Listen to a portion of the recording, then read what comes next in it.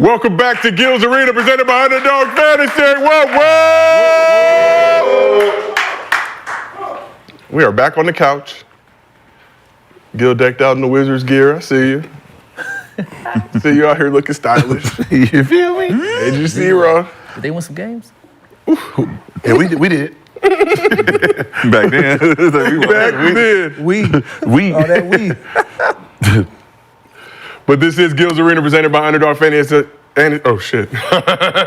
This is Gil's Arena, presented by Underdog Fantasy. As always, see, I flub. First time. Players fuck That's up. the first time in a whole almost year and a half. No, that's the first time I done heard it. Because y'all messing my mojo. Gil got the nice watch on. He said we were supposed to get him. I didn't get Now him. y'all got y'all's, man. Nah, Where's it at, It's in Gil? here, man. Oh, it's in you here. already It's in here somewhere. Elijah got them shits. He Selling them in school. He came to the squad. Man, this is my first watch, baby. Give us They fired. Yeah. No, this is my first watch. Shout out to Aura. Oral, baby. for New blessing us. sponsor. Yeah. We out here getting sponsors. But like I said before I stumbled, this is Gil's Arena, presented by Underdog Fantasy. As always, we got the legend Gilbert Arenas here with us. Baby. Okay, what the leather? What you got? Gil, you done upgraded your whole style, bro. You know? Stunning on us peasants. You sound like we need to holler at Underdog Fantasy, see what's going down. We got Rashad McCants back here with us. What up? What? Stop judging my fits, man. What? I just wear t-shirts. What is that? What does it mean? I don't hate LeBron. Oh, I don't hate LeBron. Yeah. Okay. See, no hate for LeBron. No, I don't. Rashad has seen the light. He come back over. I'm just trying to get invited to some functions, man. Hey, you already know. Me too. I get left out a lot. And we got two-time NBA champion Norris Cole back here on the couch. It's good. It's good. Norris, the people love when you pull up, so we appreciate you taking time out of your busy schedule Yes, sir. to pull up to the arena. So, before we start the show, Gil, we got to congratulate your son Elijah Oh, yeah. and his high school squad for their big win last night to reach the state championship game. Later this week, shout out Chatsworth. Yep. He almost had a triple-double in the game. I watched the highlights last night on YouTube. Shout out Quick Hoops.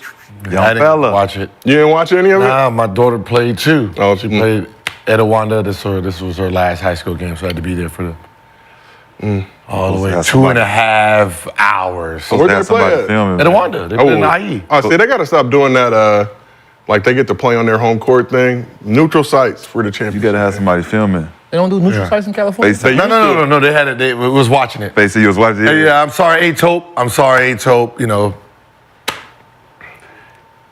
couldn't get in. Sold out. They said they'd close the doors at 6:45. Too many people. Where? At Hurricane? At Chatsworth. Oh, No, at Chatsworth. Yeah, it was. They said Matt sticky Barnes. there. They said Matt Barnes. Nick had to sneak in the other way, and they still tried to kick him out. I seen Nick Young get into the game It was like, nah, he's famous. to support his Cleveland squad. Yeah. Took the L, and unfortunately, your daughter's squad, Sarah Kenyon, they lost to Etowanda. Yeah, lost by 3. But she got big things ahead. Yeah, it was a good game. Agent Shiro headed to Louisville. Okay. Big things popping. And it's a big night for you in the Washington, D.C. area, as we can see. Biggest thing popping in D.C. Biggest thing. tonight. The Wizards are playing the Magic tonight, and the first 10,000 fans that pull up to the game will receive a custom Agent Zero hat that you designed yourself. You have the hat right here. Yes, baby. I see it. Look at you Got doing the all the whole style. designs, the fit, the brims. You signed them all? You signed them all? How we used to sign? You signed them, Yeah. 5,000 of them? You signed them? Yeah. Gil, you know who doesn't have? No. It got my signature on it. You know who doesn't have custom Agent Zero hats? Man. Nobody on this staff or on this couch. Got the hibachi underneath. Okay, I see you really doing it. We've been left out. You know, it's all good. No, they're gonna get it. No, we're gonna get ours. 1-4 flat. We'll clear out. Yeah. Clear out. 1-4 flat. baby. Pass it to me. Shout out to all the fans. There ain't pulling no up. team hat. This is a me hat. Gil ran They 1-4 talk about flat that with the team custom hat. stuff. That's the team hats. Clear out. But here's what we got cracking in the arena today. Wemby may be the future of the league, but is he even the best big man in Texas? Alperen Sengun has some thoughts. Luka dropped his 4th straight 30-point triple-double, but the Mavs are 1-3 in those games. But how much blame does he deserve for the Mavs' defensive issues? And what statement did the Suns make getting a big win in Denver without Devin Booker? Shout out to KD dropping the 35-piece, willing his team to victory in overtime.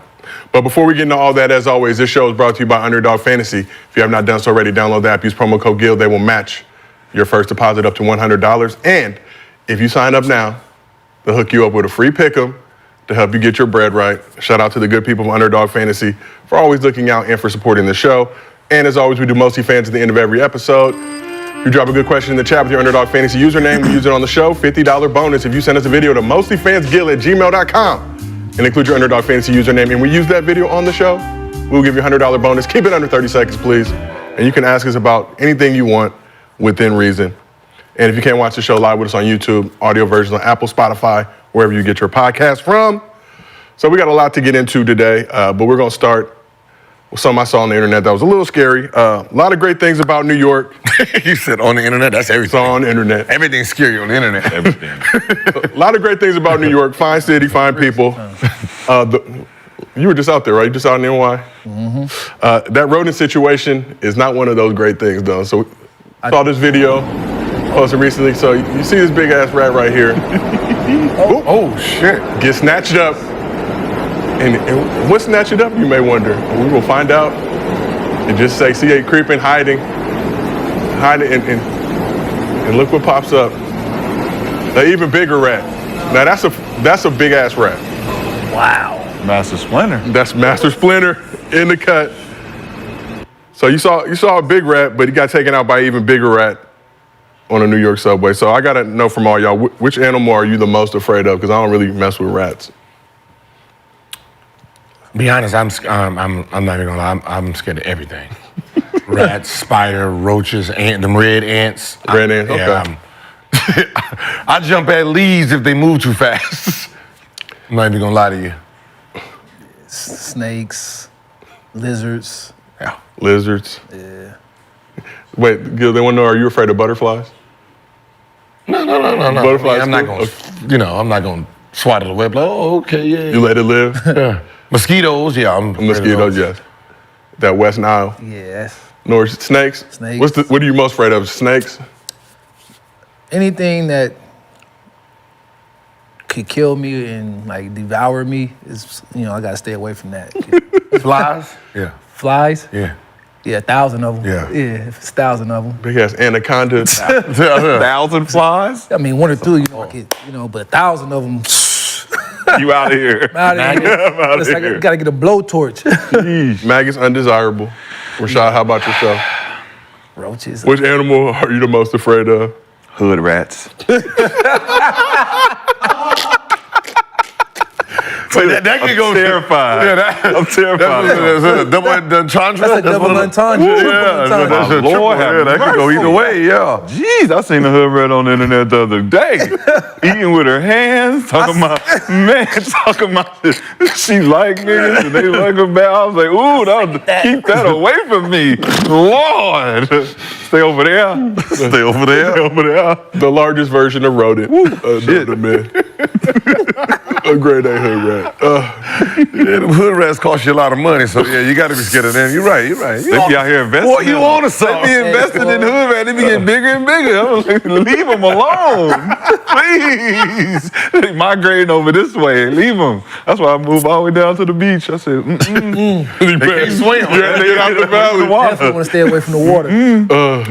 They don't like pools or large bodies or of water. humidity or none of that shit. At least you can go outside down near the beach. You just started something. Yeah. Shit. So, speaking of hood rats, but more just women in general, Gil, you hopped on your personal page today to offer all the ladies out there some advice for how to move in a relationship. So, Gil, what is your best advice for women on how to navigate a relationship? Okay, so look, because men we get blamed for Everything. who we become, right? Who we become. Before you continue, you know you fucking it up for us now, right? Because you gave away the whole blueprint.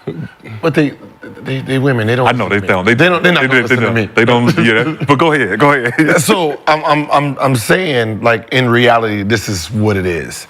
Basically, shut the fuck up, right? That's your advice to women. Yeah, no. When you go and have dinner with males, right?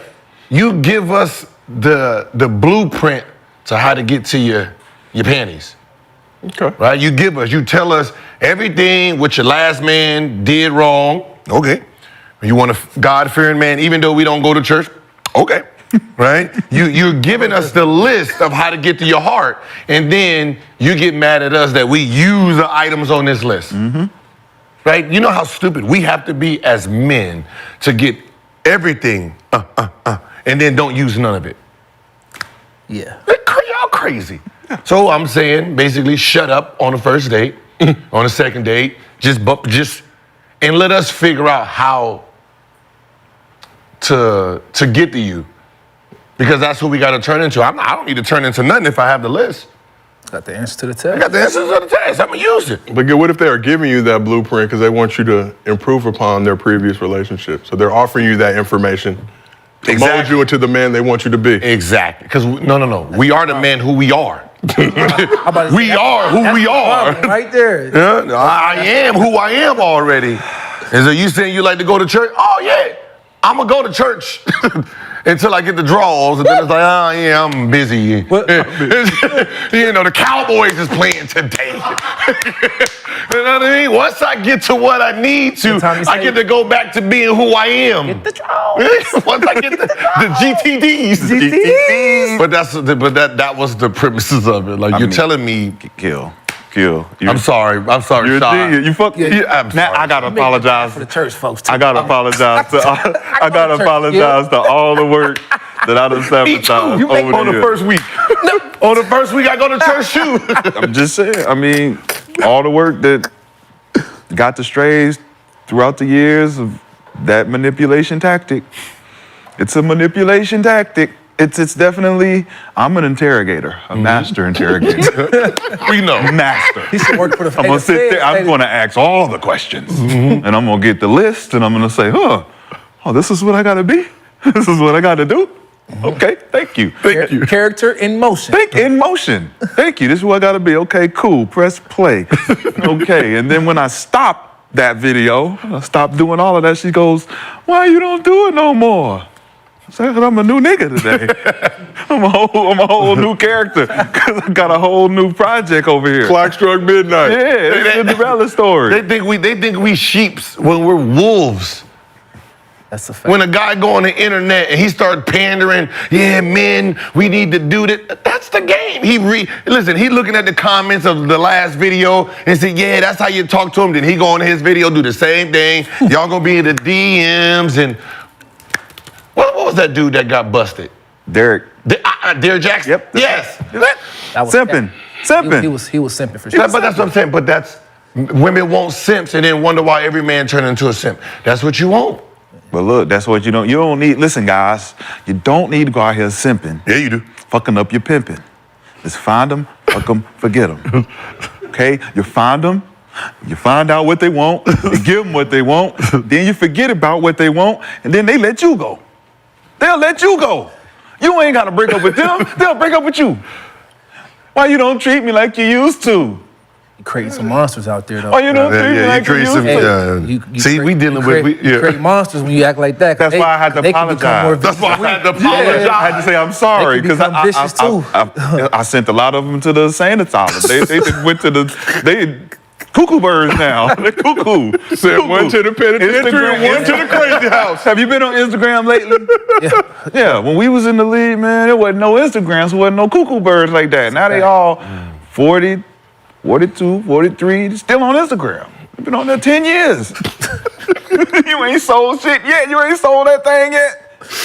Ladies and gentlemen, this is Gil's Arena. We talk about a lot of different things other than basketball, but And if you listen closely, I'm still ready to buy. I'm still ready to buy. Go ahead and drink today. I'm still ready to buy, but goddamn, it's advertising everywhere. Y'all make it hard out here. Yeah, they make it difficult. Norris, I know you're a strong God-fearing man, so you know. Yeah. Hey, listen, I understand. I understand what they saying. I'm church going man this week. Man, Got a new I've one. been banned. She said she like God-fearing man that's into the church. So I got about 7 more hours for some church stuff. I ain't no simp, but I reciprocate the energy that I want. You know, Okay. I give out the energy that I want. That's important. You know, so That's hard. it is tough, No, because if you give out the energy that you want, think about but it. I ain't for the streets though. It is, Oh, okay, 'cause I'm trying to ain't get- for everybody. Yeah, I be This for energy sure. ain't for everybody. But they call us womanizers and all that kind of stuff. When you're a strong man, you know what you want.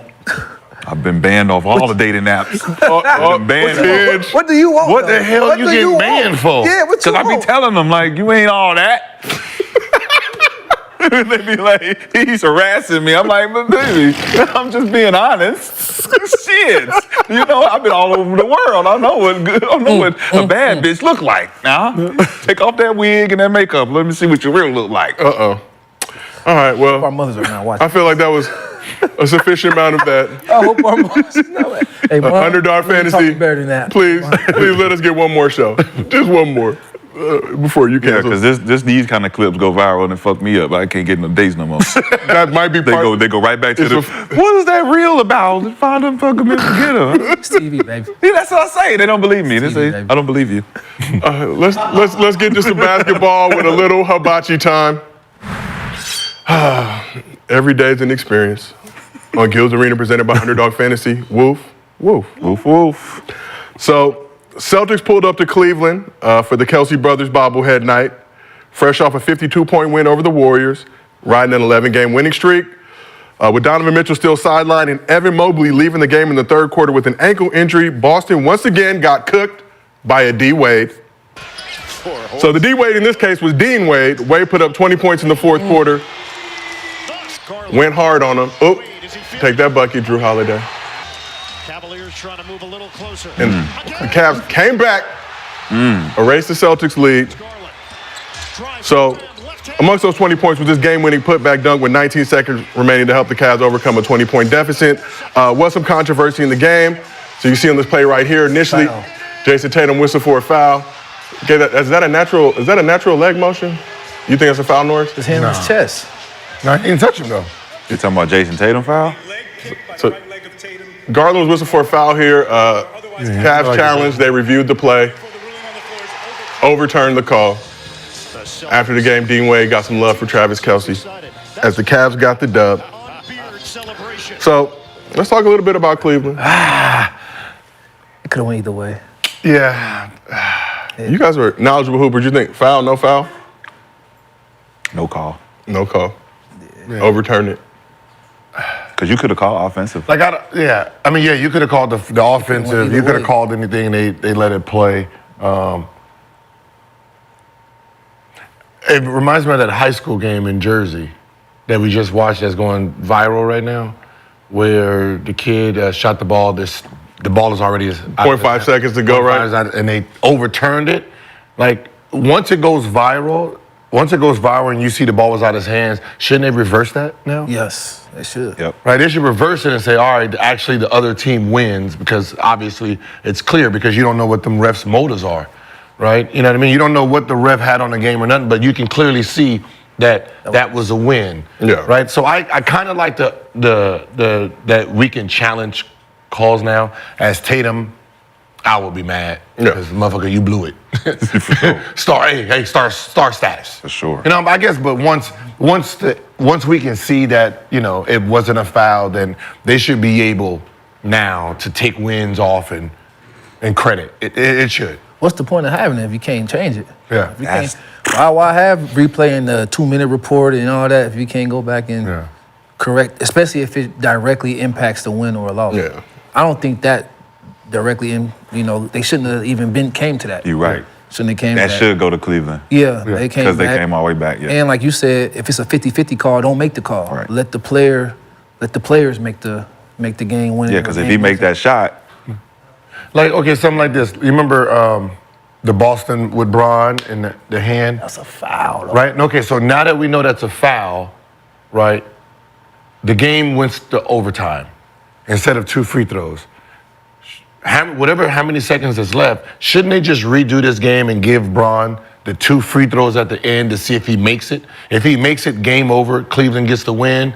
If he misses it, then it's overtime. If it goes to overtime, Boston got the win. because the adrenaline of that moment, we don't know if Bron will make those free throws or not because of the moment. But it don't matter. What I'm saying is because we see that there was a foul, so he should be credited 2 free throws. For sure. We don't care if he was in the moment then or not. He should be able to get his 2 free throws. So if he makes one or both, he wins. If he misses them both, Boston win because they won in overtime. So we already know what the result in overtime is. Boston won. So would you split the point? But we don't know if LeBron misses those free throws. Will that fuel him to greatness to go get the win in OT? But he didn't. He didn't get the win. He didn't get the free throws. But he was pissed though. No, but if he gets the free throws, the game's over. He was emotionally out of it though after that moment with such a blatant missed call from a ref. If he make the free throw, No, if he makes the free throw, that's game over. But I'm saying was if he they down misses one? them, we still got to play the overtime. Yeah, but that's what I'm saying. They already played overtime. And Boston won in overtime. They was down one? Down No, two? it was tie game. It was a tie game. Yeah. I say split it. Just give him 1 point. Then he went. Then they win. Like, then- Yeah, then just they give him get the 1 win. point. Because you don't know if he's going to make one, miss one, make both, miss both. That's what I said. In the moment, like I'm saying, I'm But thinking if you're of the Boston, moment. if in Boston, you're gonna want him to shoot the 2 free throws. Because if you give him one, they win. Game's over. If he goes and shoots 2 and he misses them both, we get the win no matter what because we won in overtime. So we already played overtime, so we know who the winner is. But like stuff like that should be rules in if you're gonna. And it has happened, not unprecedented, I believe. They have had to come back and play again. Like it was like what's it? That's I know Shaq Heat game, had to right? play one, Yeah. It was a Heat game? Yeah, but I think different players on the roster, so it ended up being asinine. But there have been challenges that have been won and have had those games replayed. I'm sick of that, man. Why So- we had the stuff and we ain't gonna correct it? So Yeah, we that's what I'm saying. Why have Especially it? for the 5, 4, 3, 2, 1 game situations. Yo, yeah. Other situations, second, third quarter, I get it. But like when this is directly impacting the win or loss, So the 2-minute report does no good for you to say, hey, yeah, we blew that call. I don't even want the 2-minute report after that. save it. Yeah. I know, right? It doesn't even matter. Yeah, refs should definitely be It's like- fine for or blowing, that. blowing the call. Literally in a make or break situation you can't have that. Gotta be held No, accountable. I hate the refs in a sense. You think? But as long as it seems like the 2-minute report saves them Embarrassment. from embarrassment. But then use the 2-minute report to do correction then, right? If you're not gonna fine them, because listen, obviously you're gonna miss calls. We get it, right? Everything's moving fast. You're watching. Sometimes you forget you're at the job. Just like some of us, you can draw up a play right now, and we go out there and we forget because we're thinking about something else. So we know the human nature's in it. But the 2-minute report should correct a lot of things, right? If we're not gonna embarrass the refs by the calls they made, or we're not gonna fine them for just not doing their job or doing their job or missing, things on the job, then it should be corrected to the winners. Like, okay, you missed a foul here. They could have been in the penalty. Like, there has to be correction. That penalty shit? Yeah. Oh, well, you Like, boom, they're already in the penalty. This was clearly a foul. Shit, fucking 1-1. For sure. Because we get held accountable. Yeah. And we get too many bad plays, we be on that bench. Yep. Messing with your bread. Too many bad plays, us players on that bench. And that be the thing too. When you have a play that's not your fault, and the ref fucked it up, but it looked like it's your fault, so the coaches he got to bring you out. It just looked bad. It's like, boy, you done had 3 straight possessions of bullshit. It's like, but this motherfucker, Man, the cat grabbed my arm. my Coach. man, he's just totally just throw the ball. Man, you can't go talk about him at the. Yep. Hey, man, this twisted lemonade is a little strong. Yeah, you a lightweight. I know it's not strong. Ladies and gentlemen, I got a poll. There's a poll. There was a big debate before this show. So we want to do a live event. Yeah. Steve is like, oh, shit. All right. This is Gil's Arena. A live event. How much would you pay to come see us live? Right? We got 40, 50, and 60. 40, 50, and 60. Can we Right, throw 12 in there What is the most you too? would pay to come see us 3 hours live? Agent 12. But for that $40, $50, or $60, Good prices. you get to take a photo with Gil. I was gonna say some other shit to get me fired. Depending on how you look. Depending on how you look. You might get more than a photo. Hey, Josiah, why'd you open that box Hey, up? women fans is the best. They appreciate shit. Get a photo with Gil. They appreciate you. Autograph, a chance to win some Oh my God, custom Agent Agent Zeros and Zero, deals. you are my favorite. I had you on my wall. Don't say that to me. I had you on the wall when I was little. That just right there puts the age in. Right there, they're like, oh man, she was 12. Like, no. But 50-year-old women couldn't have you on their wall when they was. You're right. I gotta. Okay. Gil, you gotta realize you were the man. You were the man. Okay? You were embraced by all. But we asked the chat in regards to that Tatum overturn call, what's the right call, foul, no foul? 70%, hold on, let me check the latest one. 70% said no call. So they agree. And now we are finding out how much people would pay. Well, hold on, I'm going to go ahead and hit mine. See? Give it a little more that puts the time. bread Give it a up. little more time. And everybody in the chat, understand that this event will be in Los Angeles. Obviously, we know we have a huge following out here.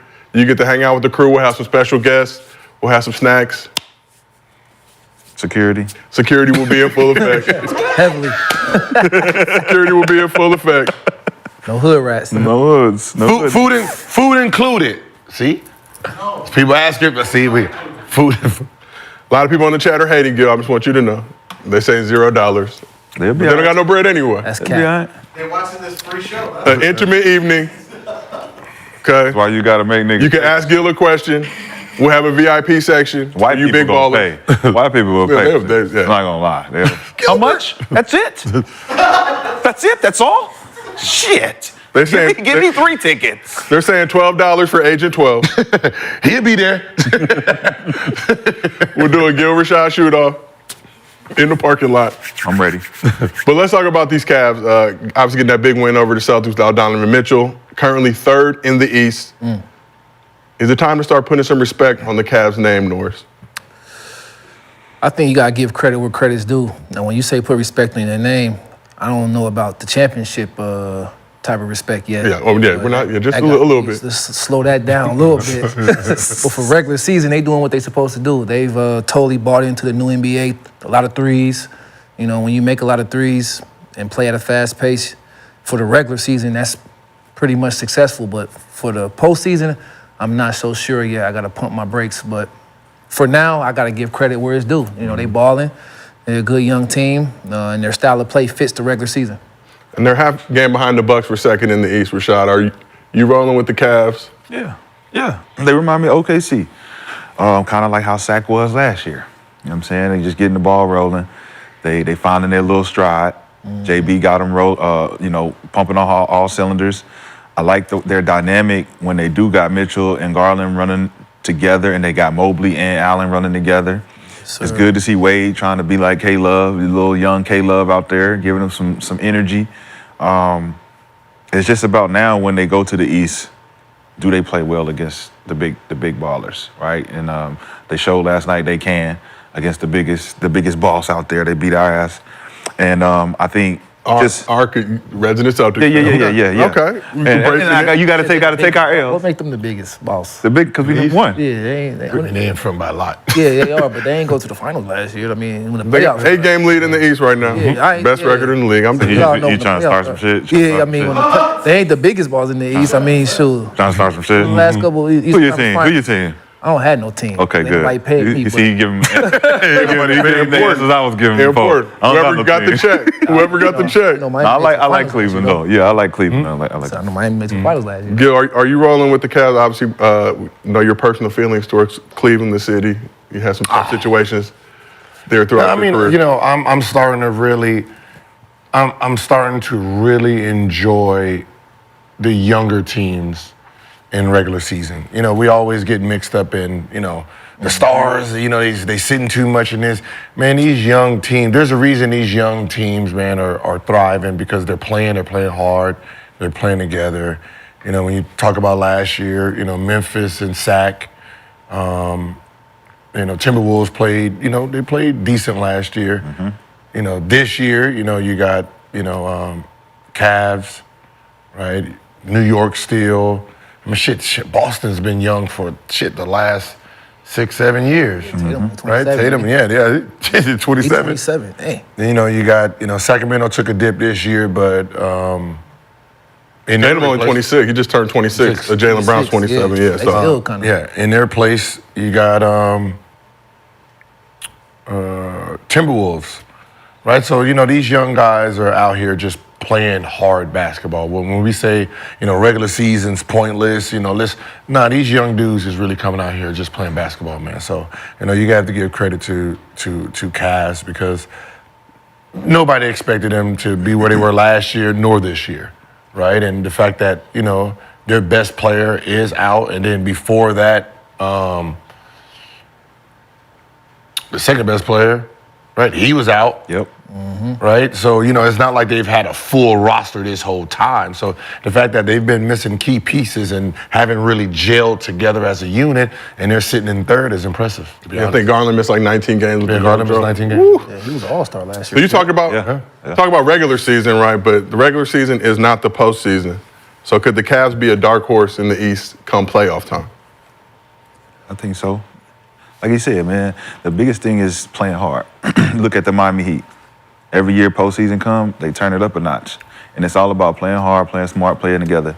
And when you do that, you find the teams that just think that they're supposed to be in there because of the talent, they get flushed out.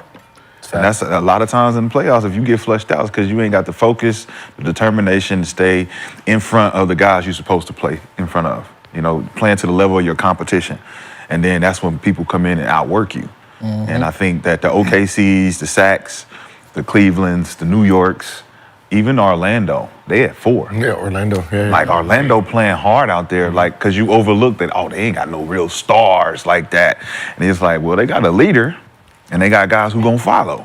So if you just go out there and play by example, you got something, right? And then it's like you look at Phoenix, how they played last night. You look at Denver. There's a lot of those teams that play, especially like teams like Dallas. They just go out there and think the talent gonna do what it's supposed to do. Then they ended up getting beat by certain teams. Yeah. We're going to talk about the Mavs in a little bit, but like you mentioned, the Magic, Paolo Banchero in his second season, All-Star, him and Franz Wagner, elevating that team to new heights. Are y'all rolling with the Cavs in the playoffs? Is the question. I think they have a chance because they have a legitimate closer. They play a style of play, and they have potentially two, because Donovan is a closer. And then, Garland, he ain't scared of the moment either. And they also have a rim protector, in Allen, 2 of them with Mobley. So when you got a closer, you have 3-point shooting, and you can protect the rim, that's a pretty successful combination. Now it's just a matter, can they put it together? Yep. Which is, is yet to see, but I think that they can be a dark horse. You mentioned Jared Allen in the running right now for Defensive Player of the Year. Sir. I think top 3 right now, top 4. Yes, sir. Do you run with the Cavs? Or do we have another city that we can't pull up to? No, it all depends on who they play, so no. Who Who they got? Miami. Oh, nope, it's over. Nope. So right now at the playoffs, hold on. You don't think so? Yeah, they play Miami first round. If they had to stop right now, they play Miami first round. No. Don't think so? Hell. No. Miami, no. I don't like the way Miami been playing, man. No matter how they played before April. After April, it's up. I get it though, but Like if they get if Miami if they can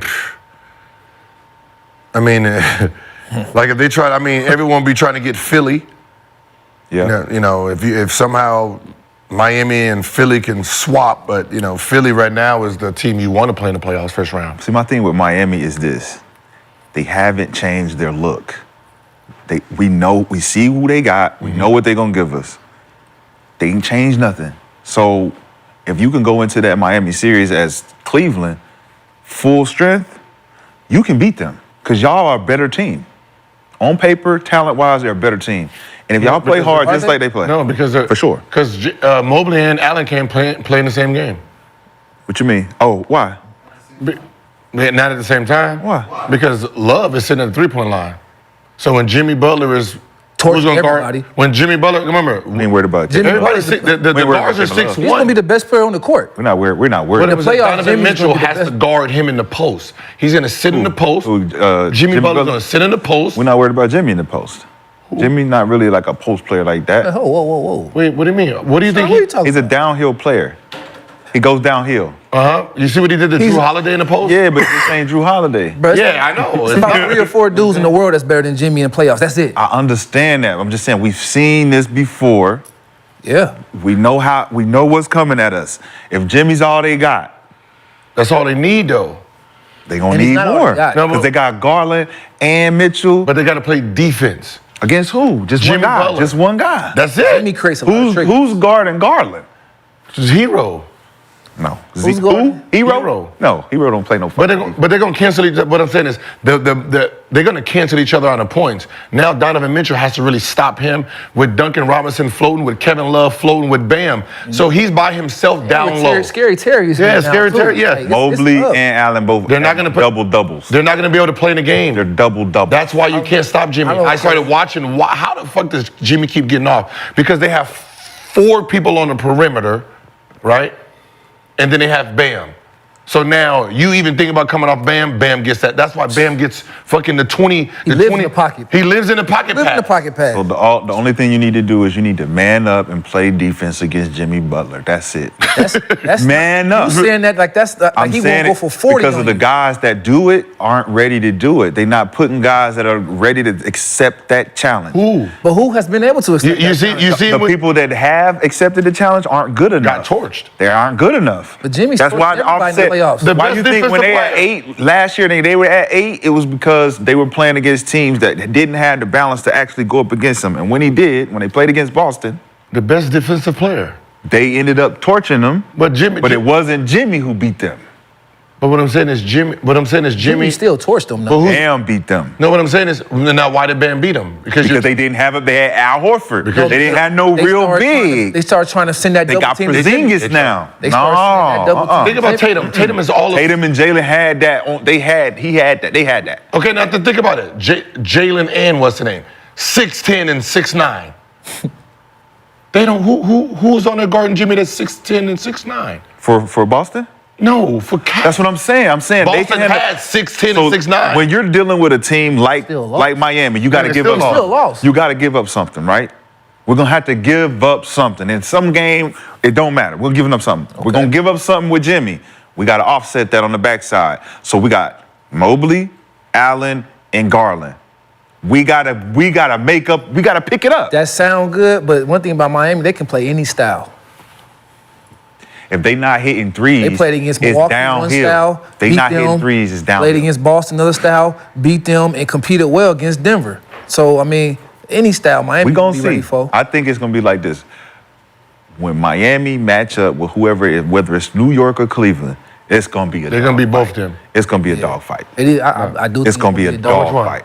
Either one. Miami. Miami or New York. Think they gonna sweep through Cleveland? They're not gonna sweep through, but it's 4-2s on both. No, hell nah. Because the best. 7. Because The what I'm best player saying. on the court is gonna be Because Jimmy the Butler, problem is Jimmy's gonna guard Brunson. for sure. They don't have someone that's gonna guard Jimmy. He's too big for them. It's easy, like that's what I'm saying. It's easy for Boston because their shooting guard and their small forward is 6'10" and 6'9". So they had the height over Jimmy. Everybody else, Jimmy's guarding or that's gonna guard Jimmy or is gonna guard Jimmy. too big. They're too small. But it sound good because we saying the name Jimmy Butler. No, we're talking about the right? height, We're talking about 6'8". his defense. We're talking about his defense. Yeah. Right? You Yeah. say his name, you're like, well, he ain't been showing up like that on the defensive end like that. Against when who? you go watch Miami, I'm watching them. if he's guarding Brunson, everybody's sticking on the screens, everybody's switching. There ain't no I got him no more. Jimmy used to do that 2 years ago. I got him. I'm about to lock him Did it down. last year? Nah, he didn't. Because he had to offset that energy to score. Well, and he knew that. But and he knew that. got multiple defenders though. Come on, you know that. But we know if we need Jimmy to stop a certain guy, and we need Jimmy to come down here and give us buckets, that's going to be the thing that's going to be tough. Who's the shooting guard on New York? That's going to drain his energy. DiVincenzo? Yes. So Running around? So that means for the fourth quarter, he's just going to be sitting there chilling, Because if you're not going to guard Brunson, and then he's going to guard Brunson with all his energy. so he's going to have to make a decision. Because they running DiVincenzo around. He's shooting that bitch like Clay. Yeah. Yeah. We're going to talk more Heat later in the show, but Gil, you asked the chat how much they would pay to see Gil's Arena live. I'm not sure they're going to say the cheapest 140. Nope. No, you going to, oh, yeah, so? Okay. I know people. No, I just know people. Show up. I just know people. People. 57% said that they would pay $40 to see Gil's Arena live. Gil, you have an impact. You have a lot of motion in the city of LA. We're gonna do that plus food and entertainment, Steve over there like, nope. Why he keep saying no like he paying for it? It ain't coming out your pocket, Steve. You supposed to say yeah. Steve, That's gonna up the budget. Let's keep it moving. Let's keep it moving. You don't got to Get us backed up. All right, so let's talk a little bit about KD and the Suns. I ain't got it. Let's talk about KD and the Suns. Steve, pull out $10,000 and go through there for the one. You said you would need $1, right? Here you go. You know. That's crazy. You got your dollar. Well, so the Suns nearly tricked off a 20-point lead in Denver on Tuesday night without Devin Booker, but KD had to remind us why he's one of the best in the world. So KD was 14 for 34 in the game, but did get some buckets like that right there. Tarantula. Doing his thing. The Suns at one point had a 20-point lead in the game, absolutely cooking the defending champs. Give him that. So like I said, KD 14 for 34, but there was a point in the fourth quarter he was 1 for 8, including 5 straight missed threes, before coming up with this huge 3 to force OT. He then proceeded to outscore the Nuggets 8-5 in overtime, finishing with 35 points, 8 rebounds, and 5 assists, as the Suns got the big win in Denver without D-Book. Slim Reaper. So despite KD having an off shooting night, what statement did the Suns make getting the win in Denver without D-Book? I mean, it lets you know. I mean, it just lets you know they have so much firepower going on. I'm gonna just be honest. For the Lakers to make it, we want Suns to play Denver. Just to be honest. But you know, it kind of lets you know like what type of firepower that they're really dealing with under that hood. I mean, you know, every time we talk about Suns, we never talk about them as a full unit. It's always, you know, Devin Booker's killing and, you know, KD's killing, there's no Beal. Now it's Beal and KD, there's no Booker. And, you know, it seemed like KD's been fucking there the whole year, you know, doing this damn thing. So, you know, the fact that they're still in reach and they're still competing at a high level with, you know, option 2, 3, 1, 3, whatever you want to call it. You know, they've been out majority of this time, and you know they're still, you know, in that hunt. You know, still dangerous. You know, you got to give them. You know, you have to give KD his credit for this. Man, Grayson Allen was 8 for 8 going into the fourth, I believe. Cooking. I needed 19 from Bradley Beal. He only gave me 16. It's unfortunate when those type of things happen. He had 31 the other night, so I figured that was going to be a good pick. I'm not picking him no more. Michael Porter supposed to give me 8 rebounds. He only gave me 7. It's just a disappointing night. You know, last night I just didn't like it all the way around. And then I shut it off in about fourth quarter. I'm like, I don't want to watch. I'm going to wake up to my $1,000 and then found out they actually won the game. I didn't think they was going to win the game. I thought Denver was going to ride it out. But Nurkic ended up doing what I thought he would do against Joker. Just kind of hold it down for a period of time. And Denver just never cut it on all the way. I think that you leave KD the opportunity to take over like he did, he going to do that. So the Suns got a good chance when they get the three-headed monster together to make some noise. But until then, it's up in the air, man. I don't trust them. I don't trust them. As good as they are, like you said, they got a lot of firepower. I just don't trust them because it's like Brad, if he can stay healthy, they got a chance to win the West. But it's like, who's out, who's not? Like, what's wrong with Booker? What's his injury? Do we even know? Yeah, I think it's just like, oh, it's your turn. Was his ankle? I don't know. That's what I'm saying. It's like, Brad, what was your His back, ankle, So wrist? Book had a right ankle sprain day to day. Yep. But yeah, like you said, we haven't really seen this team as a whole. We've seen bits and pieces. I think they have the potential to be really good. Obviously, they showed last night when you got KD on your team, you always got a puncher's chance because he can always go crazy like he did in the fourth and in overtime. But I'm like, Rashad, I don't trust them until I see them, you know, because you're not going to just get all 3 of them together and just walk through a team that's been playing together all year. That normally, under normal situations, that don't happen, no matter who those 3 players are. You know, they have to go through some type of molding stage to where when they get in situations, all right, what we going to do? Yep. Can't be like, it's your turn, my turn, your turn, my turn. That normally don't work, you know, in the finals or in the playoffs against other teams who are in sync with each other. So I think they have a puncher's chance always, but I think the teams who have been healthier, who have played together throughout the season will beat them when it counts the most. Yep. Like, I think in the playoff series, I think Denver would handle them, you know. And that's been an issue, I think, for the Suns all season. They did have, I think, a 22-point lead in that game, end up tricking it off, have to force overtime. That's been a consistent thing for them. Because you're relying on jump shooting. Yep. KD and Booker and Beal are all three some of the best jump shooters we have in the league, but we all know jump shooting is the most inconsistent part of basketball. You know, and you can be on and blow a team out, but you can be off. And teams like Denver, they run offense. Yep. So their percentages are going to be high almost every night. For sure. So, you know. So, like I said, Suns fourth quarter issues, but they are 3-0 in overtime this season. So it's like Jekyll and Hyde. They triggered in the fourth, but come I think they need a OT. traditional point guard, at least a backup.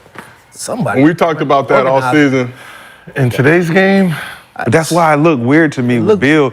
Bill wasn't going for his buckets because they were playing him differently, so he was actually facilitating nice.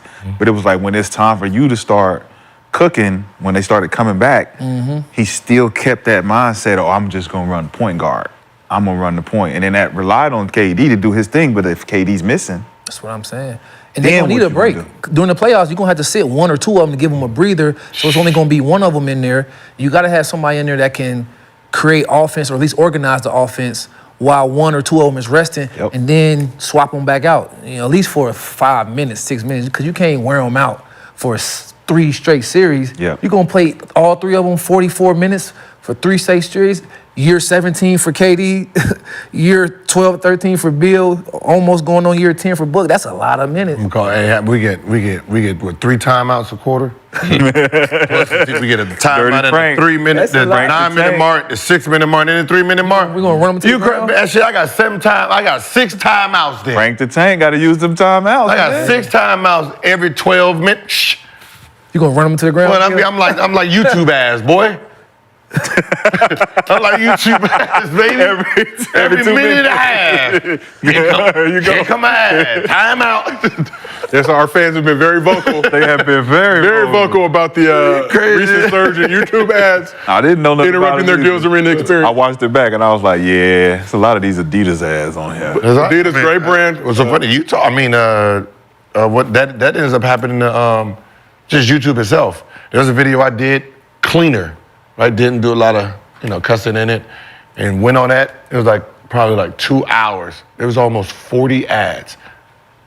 You get paid for those though, right? Yeah, I had to take some of them off. Like I don't even want to watch it back. Yeah, for So sure. I had to take some of those ads off. Like, Ladies and gentlemen, we are working with our staff. More money. I know. That was just too many ads. Like, you can't even get a flow into it. No, it wasn't mine. Yeah, they all think she was like, that's an Adidas. Okay, Gil, Adidas. Adidas, a fine brand, great people over there. Always plug Great Sweet at Staples Center. Delicious snacks and treats. We appreciate you guys. I mean, listen, the fans, listen. Technically, all you have to do is watch the ad that pays us. It's free for you. You know what I mean? So like even if you don't want to watch the show and you're busy, just keep your phone on. Keep your phone on the whole time. Do your job. Don't log out. Keep it on. That's how you support us. For sure. Least you can do for everything. Them other shows, fast forward through that. 4 days a week. Fuck We the give you man. 2 hours of plus the content a day. The least you can do is watch a couple of Adidas ads. Support the movie and buy some Agent Zero shoes. Sold out. Local Foot Locker, Foot Action. Sold out. Not even East Bay can't get it. Maybe. Okay, you can get the East Bay. Sponsor some high schools. East Bay is You cooked. just need some more high schools to sponsor. Y'all trying to move up to that Midwest? Yeah. East Bay, there's nothing better than going through East Bay, circling a bunch of shit you knew you're not gonna buy. Yeah. But if I could, I would. All right, let's talk about some things going on in Texas. Wemby is the future of the league, but on Tuesday, Rocket Center Alperen Sengun showed us why Wemby may not even be the best big man in the state of Texas. So Sengun put up a career-high 45 points, along with 16 rebounds, 5 steals, 3 dimes, and a block to boot. Sengun is the youngest player ever with 45, 15, and 5 steals in the game. Wow. And he also locked up Wemby holding them to 10 points on 40% shooting from the field. Wemby did have 11 rebounds and 7 blocks, but he also had 6 turnovers in the game. Ooh, oh, yeah. Looks like Olajuwon was doing that. This is on fire. Les postel, Put him in the as rim, they say. all the way under. I've calibrated to Bigger what you than do. you. Okay, now take this sky hook. Always sweet. You know, it's called a baptism. Taking them deep too, inside, outside, however you want it. So after the game, Sengun talked about cooking the Rookie of the Year. Come on, man. He's so tall, really. He's really tall, but he's not that strong yet, you know. So I was going his chest and put him under the rim. So, like I said, they didn't double me tonight that much. So I work and under the rim. He said, "Get your ass in lay weight room." He kept it real. I mean, he wasn't trying to brag. They asked him a question. A 45 piece, you could talk like that. It's, you know. Shots to your face. Yeah, man. I don't like that shit. Gave it to him, though. Nah, man. I mean, you got to do that this next game and the next game. I don't want to just see no Wemby 45, 50. You got to start getting numbers now. He been getting numbers, though. Get them numbers now. Don't just get these numbers on a little young rookie and think you some shit now. Why not? That young rookie about to be defensive player of the year. Yeah, but he's a rookie. Hey, man. He's a don't matter. rookie. He in the league. Let me see some more shit. Sengun talking about he's soft and all that. Yeah, man. Nah, man, I'm cool on that. His AD. Man, I'm cool on that, man. I'm cool on that. Oh man, you know the Cool on that. NBA. It's a rookie, man. You get gotta all your baptize numbers him. up. That's how Yeah. you get your I numbers get it. up. That's what I'm saying. I get it. It looked great. Wemby didn't play great. It was his wake-up call. Everybody gets smacked in the face that one game. Man, listen. Stop it. I mean, What? Stop. You know what's crazy though? As a defensive, as somebody who possibly might win the Defense Player of the Year, low key, everybody's hit their career high on him. Yeah. Low key, everybody's hit their career high on him as a one-on-one defender. He still needs help. For sure. Right? He still needs help as a one-on-one defender. Right now, most defensive players, they are help defenders. Right? I don't think people actually understand that. Yep. Like Rudy Gobert is a great help defender. He understands how to protect the paint. Same thing as Wemby. Same thing as Serge Ibaka was that Serge way. Ibaka, yeah. Ben Wallace was that. Yeah. On the ball, when someone's backing you down and sitting there, putting you under the rim and stuff, your defense usually is questionable. Well, you think about it too, though. He's a rookie. He ain't never really went through this with top guys who can really score in the post. So he got to go through the whole season, taking his lumps, learning how to guard these guys, right? So I don't look at it as, oh, man, he's getting killed by these guys. It's like, all right, this is the first time you playing against this type of guy, right? So he going to give you work. And you're going to figure out, like, okay, this is what he was doing. He hit me with the little chicken wing. He hit me with the up and under. And now you get used to it. Now, next year, if he's hitting me with that, I just can't fuck with that dude. I don't like playing against him. That's how Paul Gasol was against a lot of guys. He was weird with his shit down there. Man, dunking on you opposite hands and shit. Carlos Boozer was kind of like that. Like, you just didn't know how to guard that shit. But Make him go But right. Sengun, I ain't gonna lie. because he loved the left. Because he loved the left. Yeah. So, but you wouldn't know that if you Wemby playing against Carlos Boozer. You'd be like, well, he keep going left, but he right-handed because he like going left. But Wemby played in Europe. Sengun, that's how they play out there. So it's not his first time seeing that style of play. He just saw it at the highest level now. That's what I'm saying. At the highest level, Sengun is out there serving. He got some shit. You got Sengun doing his thing, then you got like a Jalen Green trying to come to the rim. It's a little different. But you know, it's usually when you think about like great defensive bigs, they were usually help dudes. They were great at helping everybody. Like necessarily like stopping your own man. Like, you know, Mutombo, he wasn't stopping Shaquille O'Neal and David Robinson and, you know, with nobody. Hakeem and Patrick Ewing.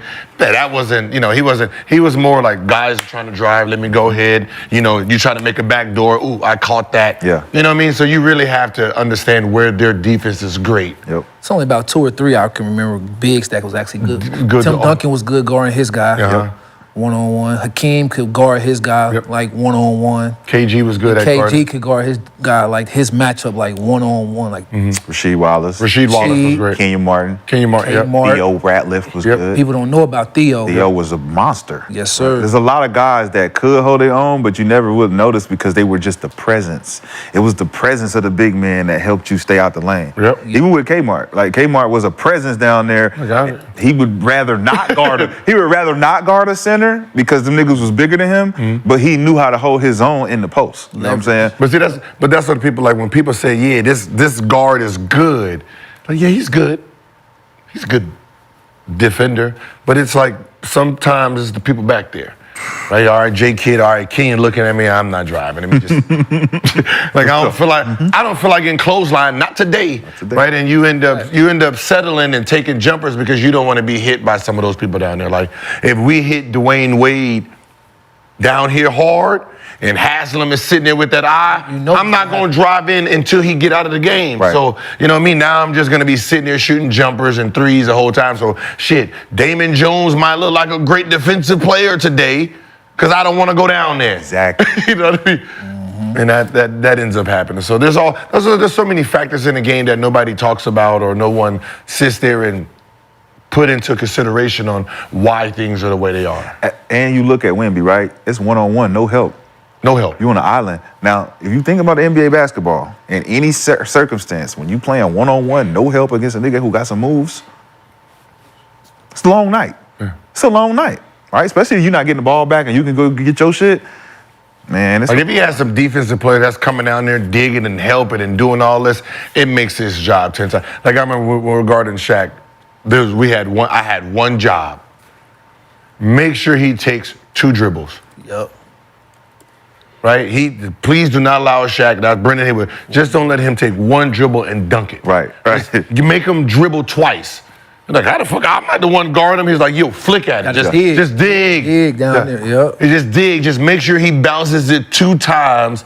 Gives me more help. Yep. Than just a one, boom, and then he dunks it. Just Sengun, all right, bet. Sengun had 5-6 dribble on him. He dribbled from the free throw line down there. Lunch meat. Like if you allow like Shaq and them and Tim Duncan to dribble 6 times, you as a big man, you did your job. For sure. You did your job if you allowed them to take 5-6 dribbles. For sure. Lunch meat. Yep. It's lunch meat at that Like point. Wemby was lunch meat this game. Oh, yeah. But that's team right there. You allow a Sengun to dribble 5-6 times before you help Wemby. Like in the older days, that's crazy, right? Yeah. The older days, a coach would have cussed you out. He can just dribble around like the big man, like, yo. The big would have cussed you. The big would have came to the sideline Like, like, hey, Like, man. damn, Like, man, y'all ain't what going y'all Y'all doing? ain't dig and snap that. How many dribbles he get? But I'm like, Pop, are you asleep on the sideline or something? No, that's team. That ain't He expect it's hard, but those shots he was making them look easy. Those were tough shots. What's the scouting report?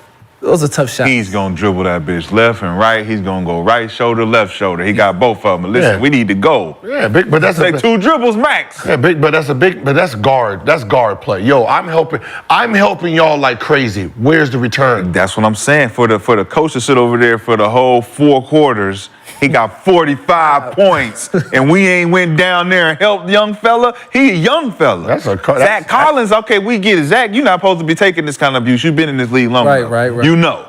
Push him off his spot, make him turn and shoot the jumper. Cool. Everybody else, look, Wemby down there, it's lunch meat down there. But that's players. You Help. That's players. Help. Right? You should naturally just know. Like you ain't got to tell Drew Holiday to come and dig. We talking about the same motherfuckers don't even want to throw the boy the ball. But that's the same motherfuckers like, hey man, won't even throw him the ball. That's why I say he's defensive player of the year because he has no other defenders down there to help him defend. He's just doing it by himself. They're a top 3 rated defensive team when he's on the floor. Yep. When he's off the floor, they're the last defense in the league. So it's just him. So from barbecue to boo-boo. But talk about another team in Texas. T-shirt. You know. If y'all listen closely, I do drop some gems occasionally. Luka Doncic, 3rd player in NBA history to have 4 straight 30-point triple-doubles. Damn. First since Russell Westbrook in 2017. Second is Russell Westbrook in 2018. What? In 2019. 13, Russell Westbrook again. So all 3. 4 years in a row. No, 4 straight 30-point triple-doubles. No, I'm just saying, you said that's the 4th player? Fourth player, So Russell Westbrook is the first three players? Oscar Robertson. Oh, he waited. Okay. Oscar was first. Oscar, And then Russ. Russ 3-4 times. He's the third player. Oscar, third player. Russ. So Luka, Westbrook, Oscar Robertson. Okay. To have 4 straight 30-point triple-doubles. First since Russell Westbrook in 2017. Okay. During that span, Luka's averaged 36 points, 12 assists, 11 rebounds. Only problem, Mavs have lost 5 of their last 6 games, including a loss to the Pacers Tuesday night. They've been dead last in league defense during that 6-game stretch, and they're only a game ahead of the Warriors for the 10th seed. So after the loss of the Pacers last night, when asked what specifically he can do to improve on the defensive side, Luka simply No, I did said, not say Westbrook. I said Westbrook. Not for real, because he'll pull up on you now. No, when I said it sounded like it came out like that. No, I was Westbrook. Russell, No, I all said the chat. grievances I with said the Gilbert chat, but Arenas. I was like, no, I said Westbrook. you know we got love for you on this show. So like I said, only problem with Luka during the stretch, he's been cooking on offense, but the Mavs have lost 5 of their last 6 games. Worst defense in the league during that 6-game stretch, only a game ahead of the Warriors for the 10th seed. So after the loss, when asked specifically what he can do to improve on the defensive side, Luka simply said, play better defense. Which echoes your sentiments last week. Niggas got to play defense. So JKidd also talked about the Mavs' defensive struggles this season. Does Luka need to be better defensively? We all do. We all do. It's, when you look at leaning on Luka offensively, which we do, and he delivers, we have to be able to cover him and cover not just Luka, but cover Kai and the other 3 that are out there have to protect each other. It's not just one-on-one. The players are too good in this league to just play one-on-one. We have to do, as a group, a team defense. We have to guard the ball better. We have to help each other, and then we have to finish the play by rebounding. And we can do this. It's just being, we show that signs of it. We just have to be, we can't just give up the threes. We have to be consistent, and we're not being consistent right now. As you gentlemen know, the internet has no chill, much like the namesake of Gil's Arena presented by Underdog Fantasy, Woof Woof. Luka has developed the nickname, despite the loss, Doncic, because every time they say his stats, despite the loss, Luka had bam, bam, and bam. Mavs currently have the 23rd ranked defense in the league. So Gil, you know a lot about offense and a lot about not playing defense. With everything that Luka brings. Says who? Gil, you said it yourself. That's the only thing. I said it myself. So I'm just quoting Gilbert Arenas. Okay, I just want people to say, you don't play no defense. Who's saying it, though? Me. So are you I'm pushing my own narrative. self-deprecating? It's accountability. Okay. Yeah. Accountable. Think about the guards that I played against. I had to play no defense. Derek Snow. Ooh. Damon Jones. Derek Oh, Snow no. Yet another appearance on Gil. I mean, it was. He stays throwing strays. No, I'm just trying to. He's Snow, man. No, it's not. What I'm saying is think of Derek Fisher, Brian Shaw. Those are the guards I had to guard. I don't have to. If they scored 10, that was an amazing game. So my defensive rating wouldn't be high because what? They average 12. I hold them to 9. So, Gil, your streak of mentioning Eric Snow. You know what I mean? Like Tough crowd. But as I think about the people I had to guard, it wasn't really anybody. I didn't have to guard this type of era. Someone going for 30. Like even like somebody like Steve Francis and Marbury. They averaged 19 best. Like they scored 18 points. Like this wasn't a group that was averaging 30 something. This is your 6th straight show mentioning Eric Snow. Yeah. Go on. Name who you want to think you about to name in that era. Chauncey, Steve. How much did Chauncey average? 17? Right. Steve Francis, 15, 14? No, Steve Nash. What do you have? 17? Jason Kidd. 17, 6, Allen 13. I didn't have to guard. Allen was a 2. About to say. See, that's what I'm saying. Baron Davis. Did you have to guard Baron Davis, Baron 16, Davis. 17. Those Gary guys. Payton. Who? Old Gary. 10. Did you guard young? No. Tony Parker. 18 points is 19 is the highest. Yep. But I'm saying, think about the averages I'm saying. No, he right though. The guys he was guarding. But I said the guys that I'm guarding, their max is 20. So were you? 21. So you were if a you're- good defender then, Gil. No, what I'm saying is I didn't. He didn't even guard if I high didn't, usage guys. What I'm saying is my usage. So if they average 19 and they scored 17, You locked him up. They still a minus because he's scoring 27. That's my point. You can say you locked him up. Right, so I'm not guarding. But in today's game, right, if I'm guarding Steph and Steph averages 31 and he scored 29 on me, I'm like, oh shit, he can't play no defense. But I don't think it's about the point. I don't get a the point production more than it is a tough night. Like if you shooting 36%. While I'm guarding you, I'm playing good defense on you. Even if you end up with 40. Like, I know that you had a tough night tonight. Like, you got free throws, you got a couple threes. You did what you supposed to do to get your points, but it was a hard night tonight. But that's what I'm saying. Who was that hard night for me? You know, I'm Smush Parkers, you know. Another Smush. Steve Blake's. Those are my matchups. So Kurt Heinrich. Kirk Heinrich. So for the most part, I'm in help mode the whole time. My guy is the one we're coming off of. I get it. But Dallas, though, they have issues. Jameer Nelson. They're starting 2 guys. Yeah, that's what I'm saying. So when you see what I'm saying? Like, so I'm in help mode. Cassell. So Telefair. So I'm helping on you and helping on what's the name. So if he hits 3 threes, I'm the bad defender. Randy Foy. Yeah, I didn't have no. That's what I said. It's Mike James. So Mike James and Mike Bibby was the biggest. Bobby Jackson. Didn't even. Yeah. Man. So I had a Calderon. I had an easy night at the workplace. So let's get back to Luka. Now you see why. In the Mavs' defensive struggles, with everything that Luka brings offensively, does he need to worry about being a good defender? Is that his problem? Yes. Yes. Surround him with that defense. No. I'm just saying. Because look, I told y'all it's Luka, Ant-Man, in Boston, right? But now, like, while I'm watching him, like, I'm starting to pull away from, because he literally just let niggas walk right by him. And it's like, Olay. And that's the effort thing to me. Like, if you gave me effort and you got fouls, one thing, right? That's just showing that you need to play smarter defense. Right. But if you giving effort and you contesting shots, at least, making it tough, not fouling, like, if they scoring, they scoring. We're going to live with the fact that you just giving effort, but if you're not giving no effort and you coming down on this end and you giving me all the effort, that's the difference between championship basketball and just out here playing for numbers. And that's why I'm looking at it. I'm like, is he really out here playing for numbers or what you doing, bro? Because you're not giving me the same energy on the other end. And the other all-time great perimeter players, a lot of them play both ends to some degree. I mean, if you just think about the top scorers and top wing players, they all competed defensively. Some were all-time greats, a la Mike and Cole, you know, but D-Wade, you know, guys like that.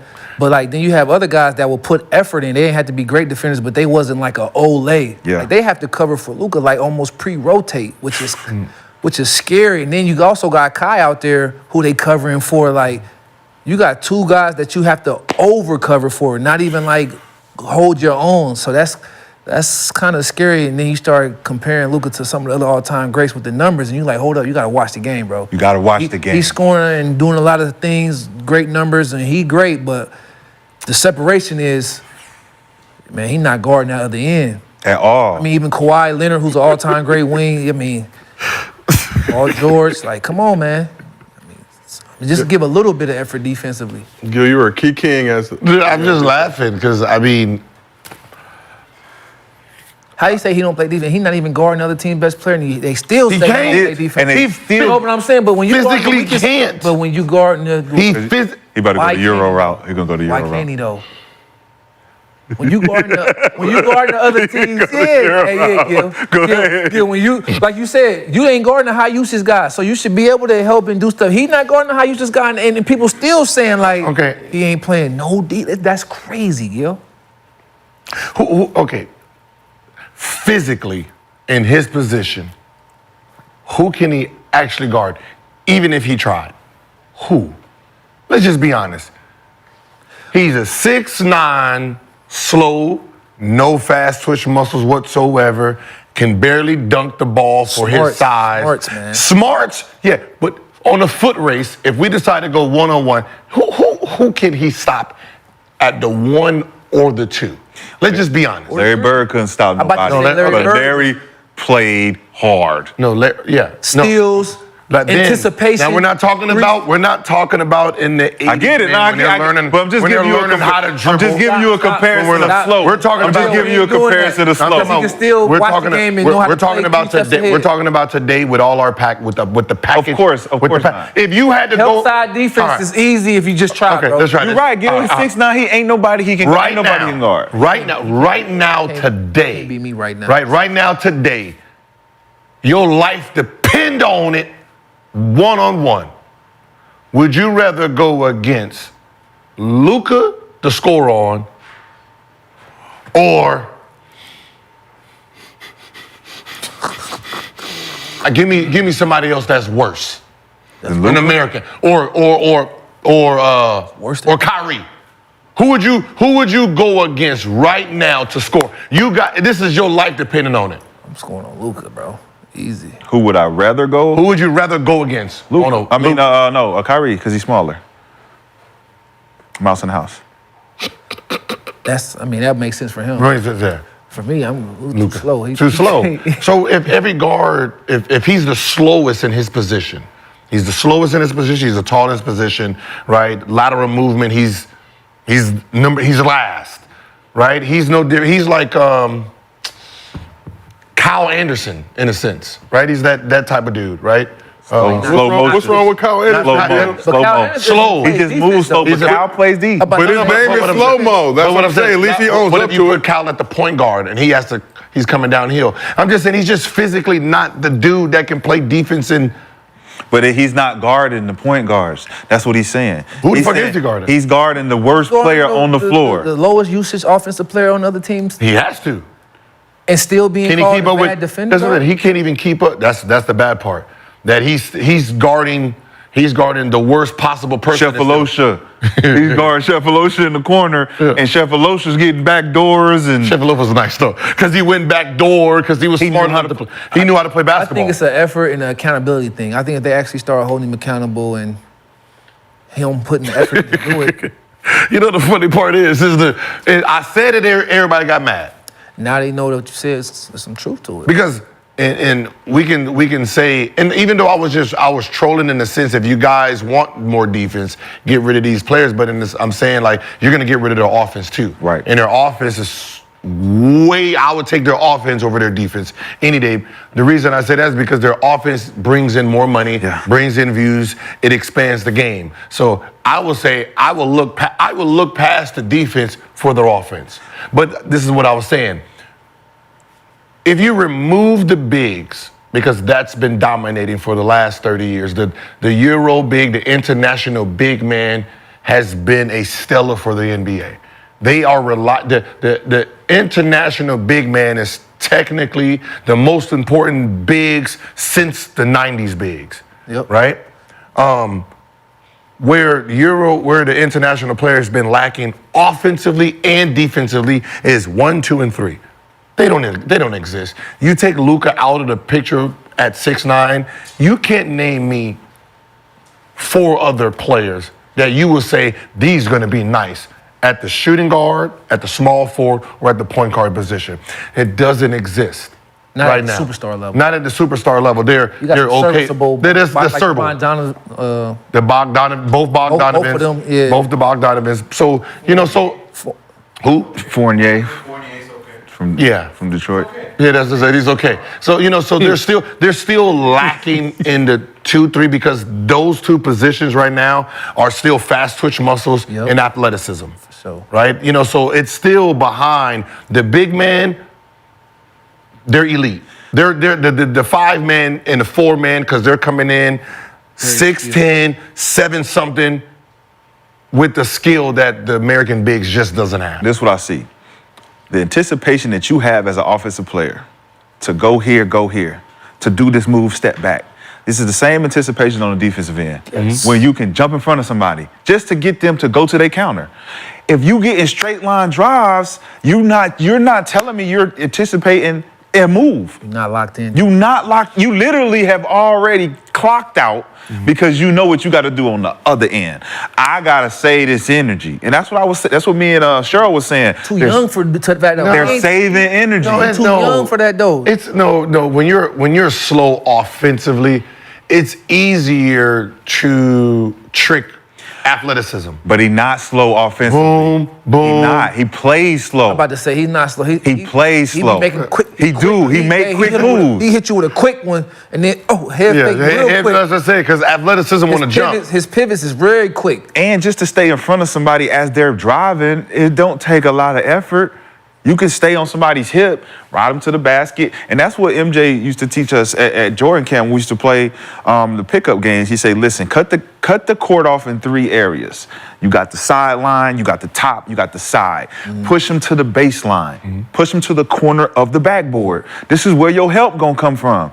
If you do your job, your defense has to do their job on the backside. That's help defense. But if you just straight line drive, there ain't no backboard no more. No. It's straight to the, that's how you play. Like Straight to if we let Gil get by us, it was dead meat. Our bigs was gonna be mad because he diving and boom, Foul trouble every time. But remember I said that the guy, when you have a package, right? When you have this elite package, the worst person you want to try to use it on is somebody who don't play defense. Exactly. Right? You know what I mean? So like if he had to guard Jordan Poole, it'd be easier for him. Right? Because Jordan Poole's gonna do so many moves. You're gonna shake him, then come back. Oh, hey, how you doing? Right. Blah, blah, blah. Oh, shit, hey. Nice challenge, Luka. Right? Yeah. You done did so many moves, it made it look like he could play defense. Trying to guard De'Aaron Fox and players like that who's just gonna straight line him. He's like, yo, can you stay in front of this dude? Shit, let me guard the dude that got all the tricks. But the scouting report too, though, Gil. Scouting report, we're saying catch and go. Yep. Luka, catch and go. He ain't guarding the motherfucking stop sign. Go. As soon as you catch it. Now, if he is anticipating that catch and go, now we got enough time for our other defense to step up and help you. You're not giving us good enough time to even help you because they gone. But the offensive player is smart enough to understand that he can't guard me off the 1 or 2 dribbles, so I'm gonna go. Unless the only thing he can really do when you're slower, try to back up, but the guys can shoot now. Right. You know what I mean? So that's why I said it's really just a disadvantage because back in the day, but he's not. You can't shoot. I'm gonna just sit back here and let you. I'm gonna take up your speed by doing this. Now these guys can shoot, so now I got to try to guard you a little bit. They're gonna blow by me. So I'm gonna take his. I'm just be honest as a coach.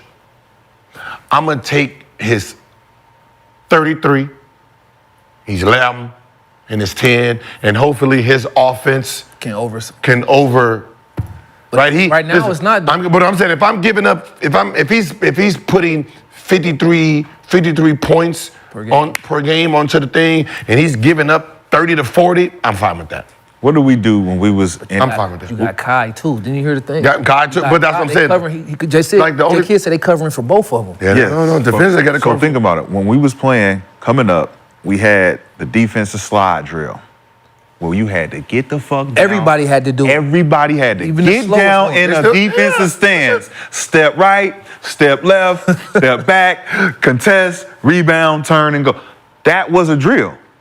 It don't look like nobody down in the defensive stance no more when you guarding the ball. Everybody's either contesting the shot or anticipating the shot, or they backing up. So it's like, where is the... Man, they got that dumbass drill still, man. They not doing that. Slide, run, slide. They got that. They're not doing it. They're not taking pride in it no more. They got that. Like you had to guard. If I go out there and I got to guard Gil, and I know I got to get down and guard and get into the ball. I got to get into the ball. Now, I know what Gil want to do. He want to go by me. Yep. He wants to go by. So the moment I push up on him, he's like, oh, yeah, that's what I want. Right? Mm-hmm. So I got to give him enough cushion where he got to think about, okay, just go by him. I got to hit him with something. Yep. That's what I want. I want you to change your mind. Hit me with something. Go to your counter. Some indecisiveness. Something. For half a second to allow the defense to shift. It's only 14 seconds on the clock.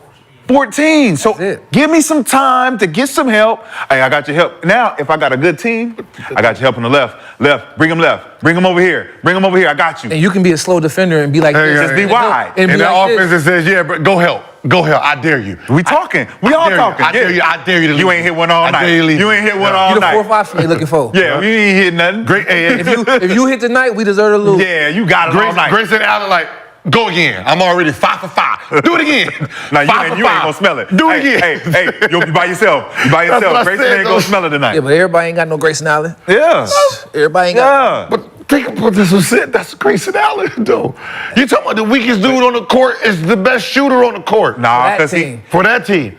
The best shooter, the worst shooter on OKC is Chet.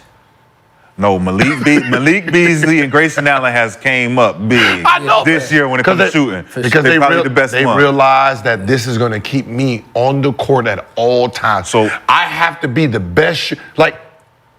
And this is where Prince, or for my team, Prince and Vando need to go into the summer and realize that.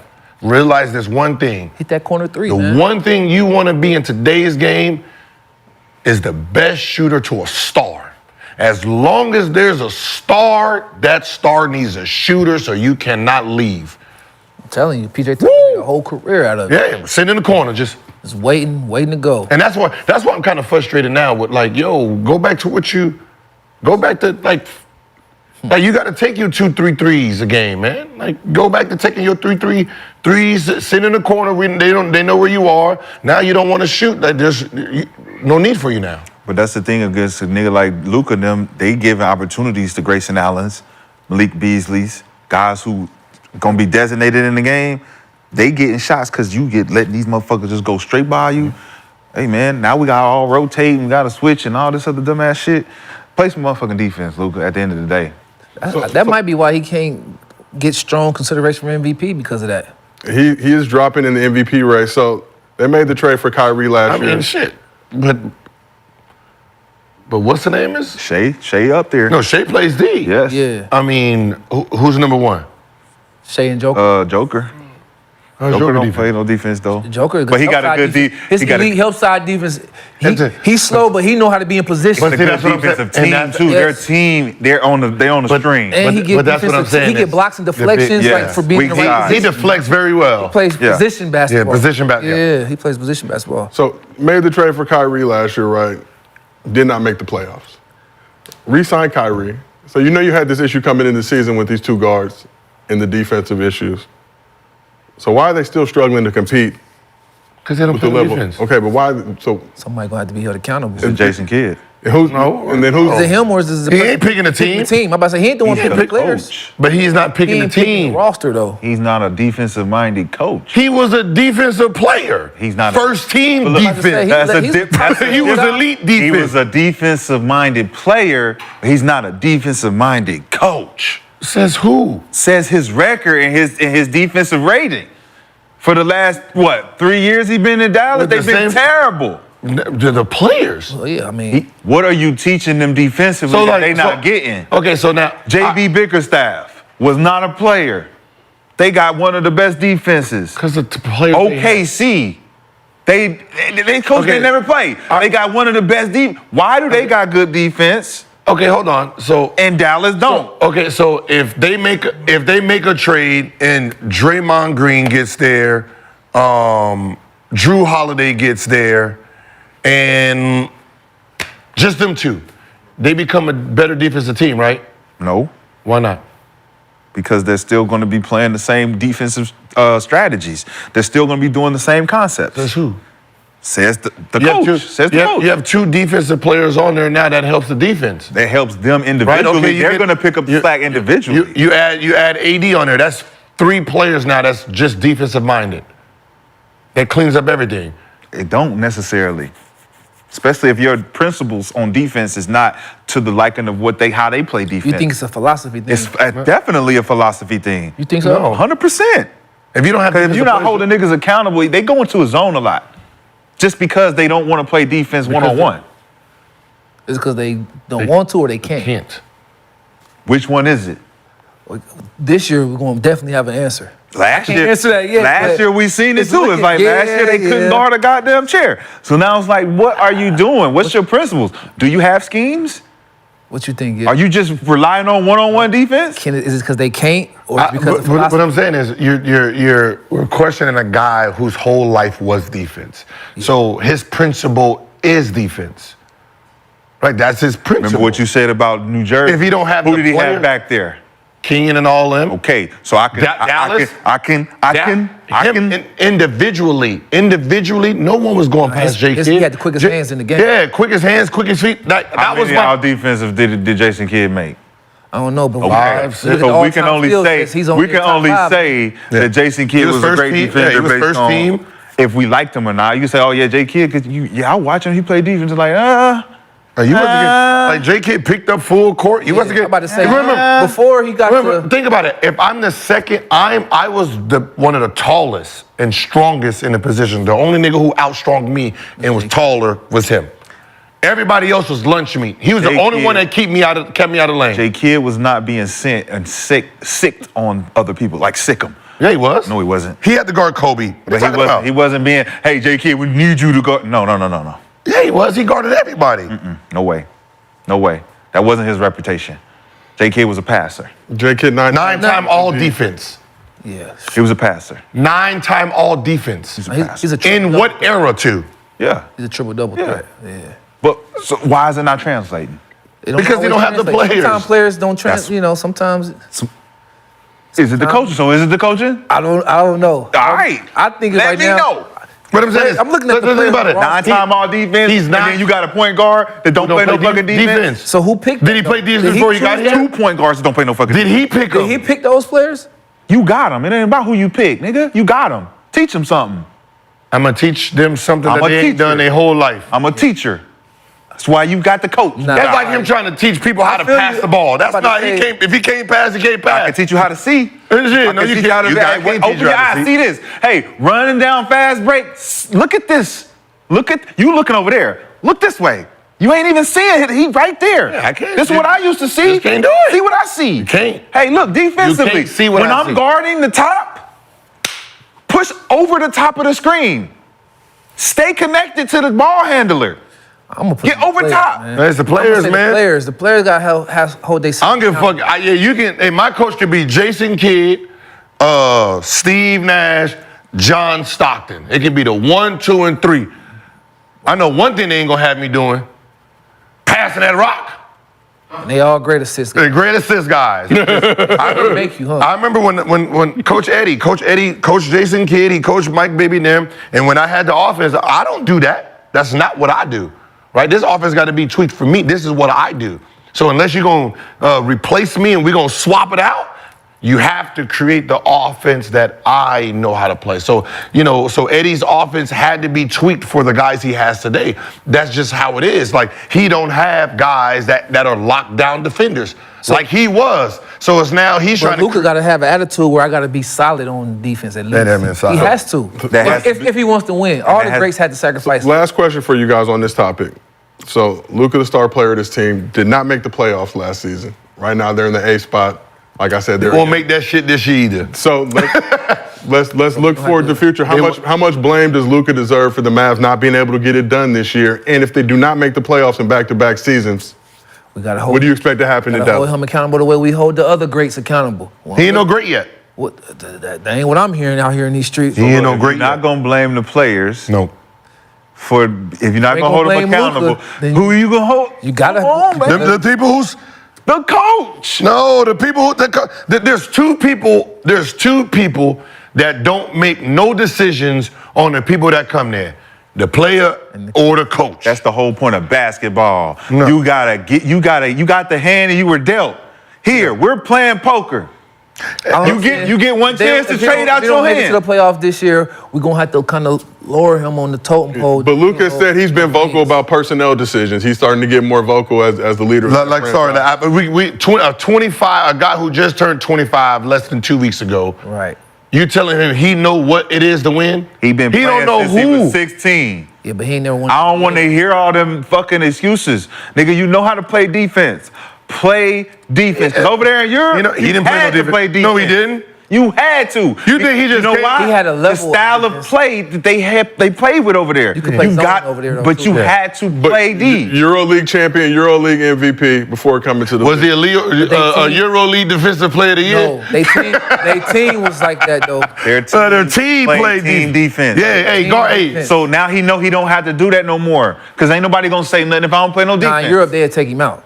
out. Yeah. But we are in the beautiful nation, United States of America. Hold them accountable. His team, man, like y'all are draft. Like, think about it, man. He at home during the draft. He over where he's at during the draft, and those are the people they picking.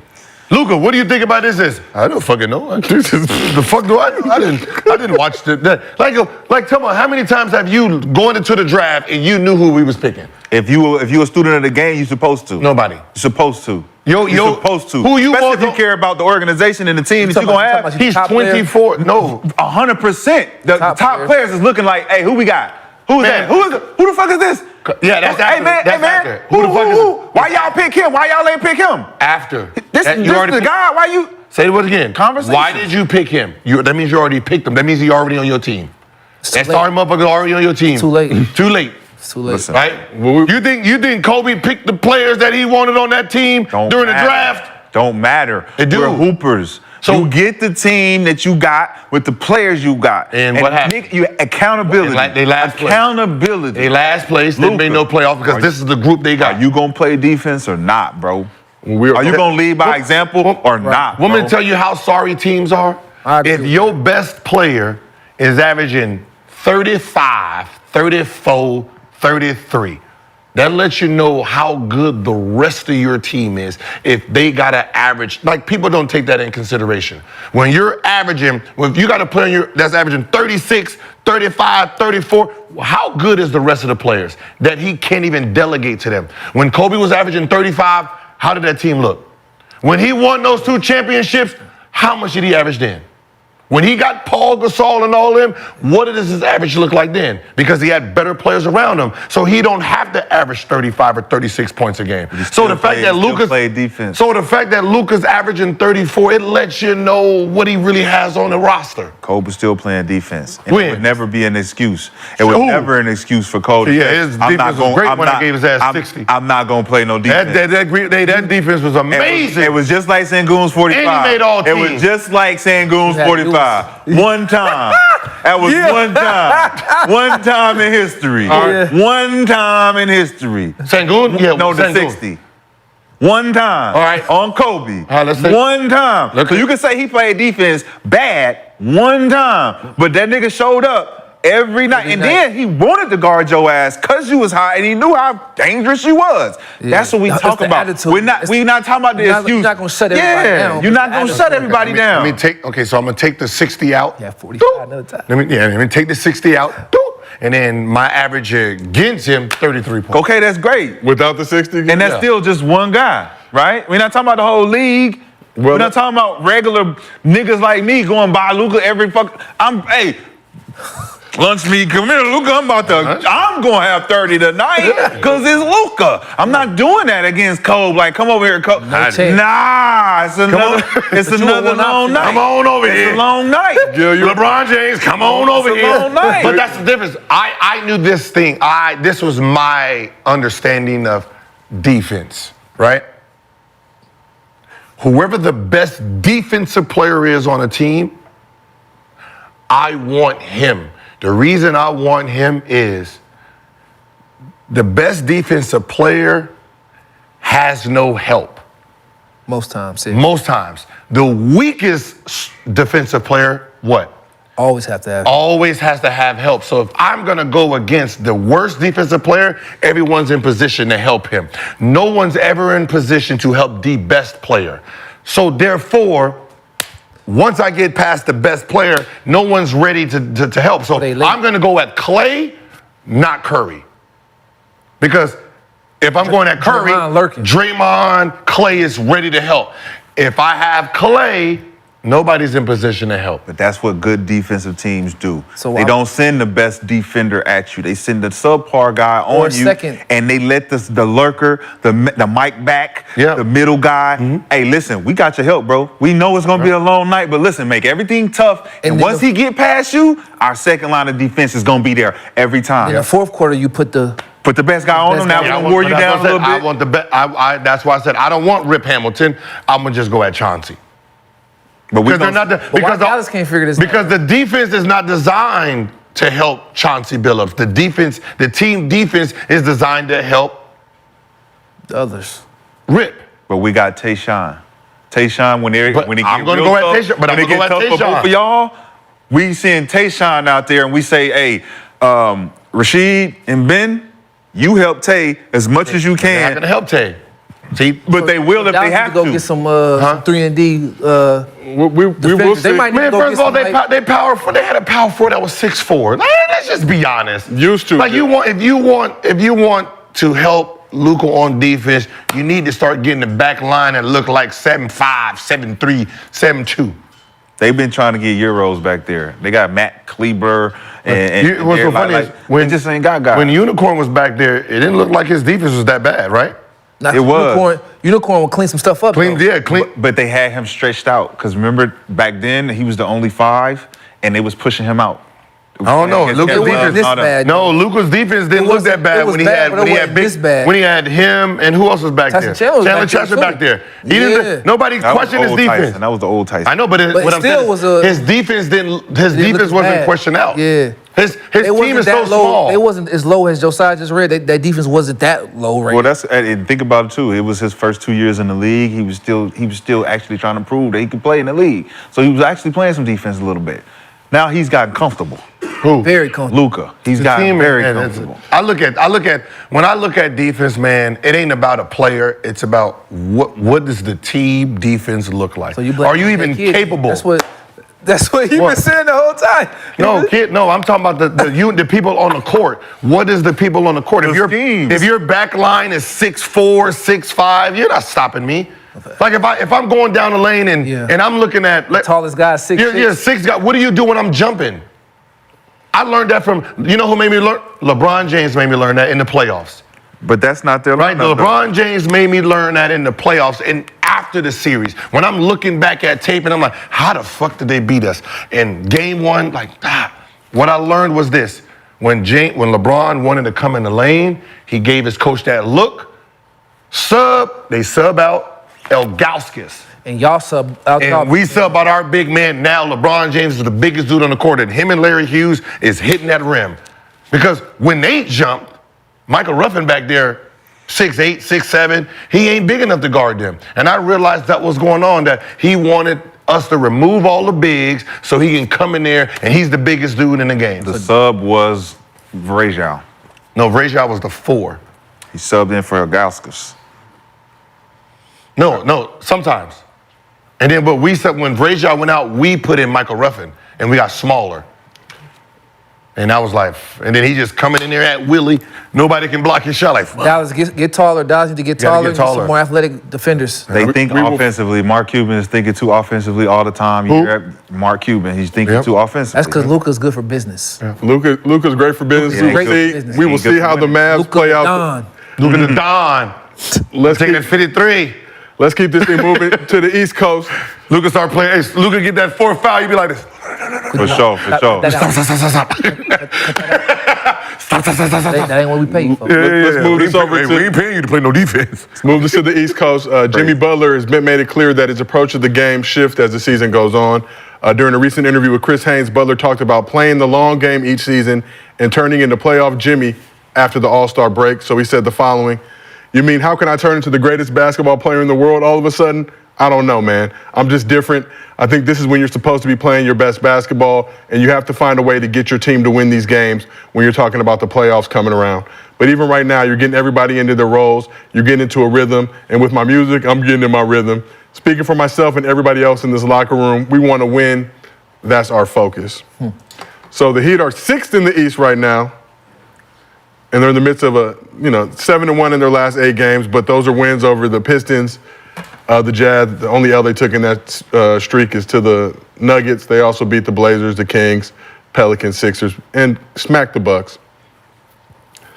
But Rashad, we'll start with you. Thoughts on Jimmy Butler, talking just in general about ramping up after the break and turning into playoff Jimmy when it's closer to playoff time? It's confidence coffee. He just bringing it into fruition, preparing everybody for the big run they got to make to keep it up. 6th spot is a good spot. I'm thinking 8 or 9 with him talking like that. So he'll be able to keep that confidence into the playoffs, rolling in and knowing that he needs to show up for his team, depending on who they play. Who are looking like they might play at 6? Cavs.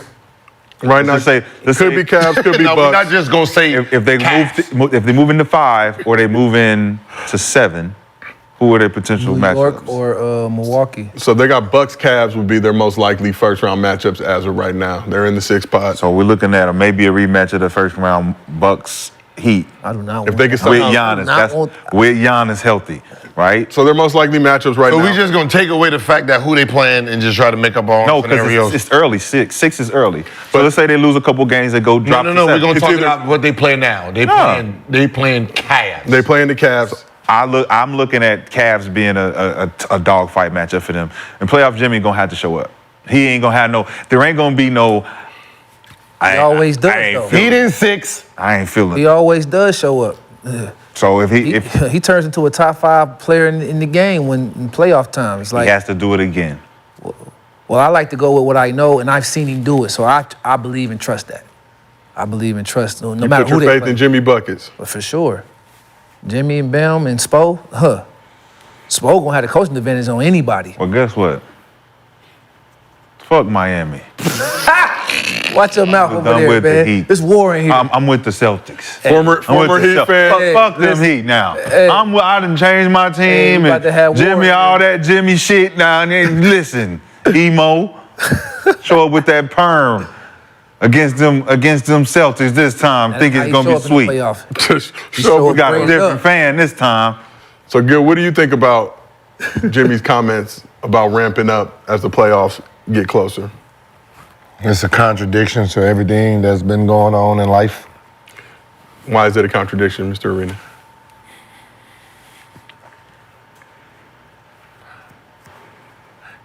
They say that regular season they don't play hard and they're trying to figure out how to play hard and they done put into the INT or the NIT, whatever the fuck that new shit's called. IST, the in-season tournament. Right, you done put that in, trying to get these guys to play hard. And then on the back end, we have someone like Jimmy Butler who says publicly that he plays and ramps it up when it's getting ready for playoff time and then in the playoffs. Isn't that a bad example of what we're trying to push? You're trying to push playing hard all season. So the fact that, like, it's not a, like his numbers don't really say he does that, but because it comes out of his mouth, it's a wrong look, right? To the point, like the fans are like, yo, we come to regular season, it don't look like these guys are playing hard. Then he comes out and says it. Like, you get paid for regular season. Your game check is every game. So that's 82 games that we're paying you for.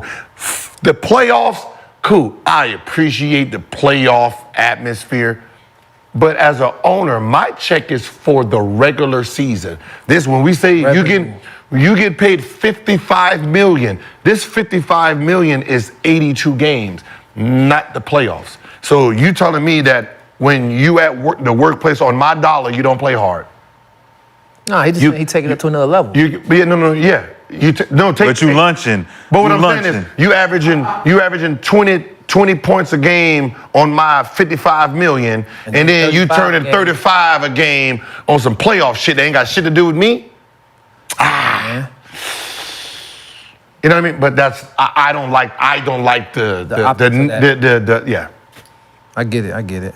You don't like the opposite. Every top player though revs it up in the playoffs. But they don't come out and say, hey, man, I've been lunching and I'm just lunching out here and waiting. He ain't I'm say just that. waiting. He just said revving it up. I'm That's waiting.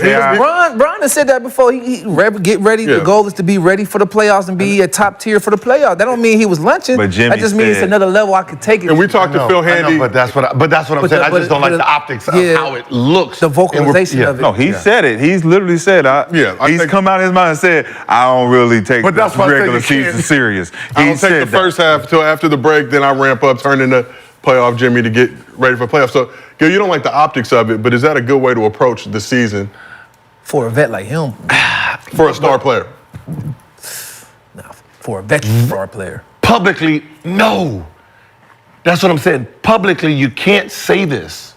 Publicly, right? Even though, like, let's say if you're averaging 29, right, and you turn it up to 30, 33, 34, that makes sense.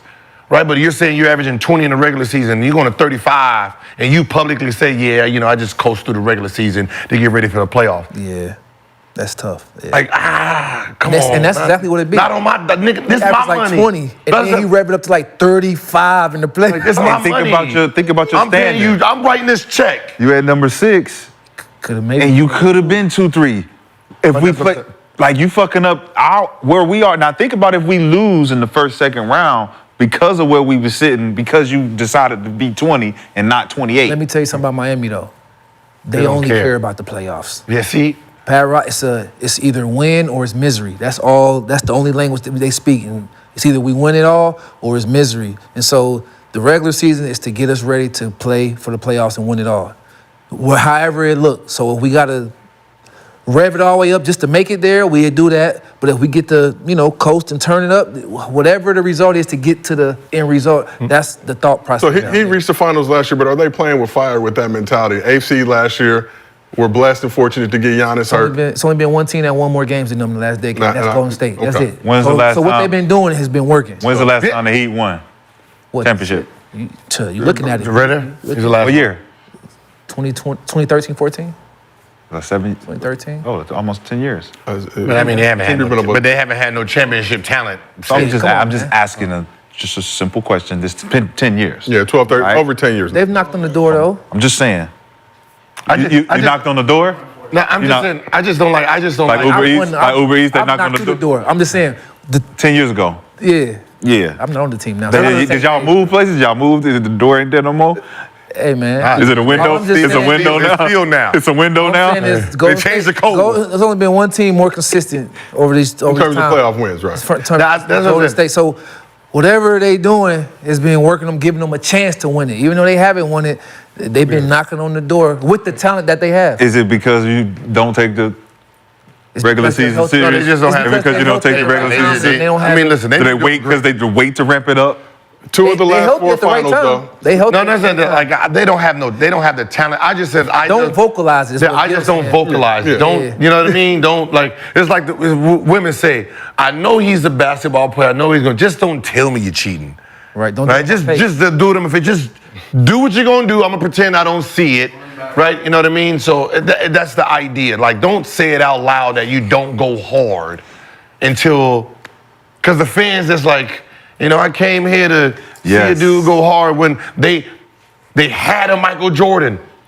They had a Kobe Bryant, And they went right? hard, You know what I didn't mean? They had a Larry Bird and a Magic Johnson. So when you say it, you make a motherfucker like me look stupid when I talk about how bad the 80s was.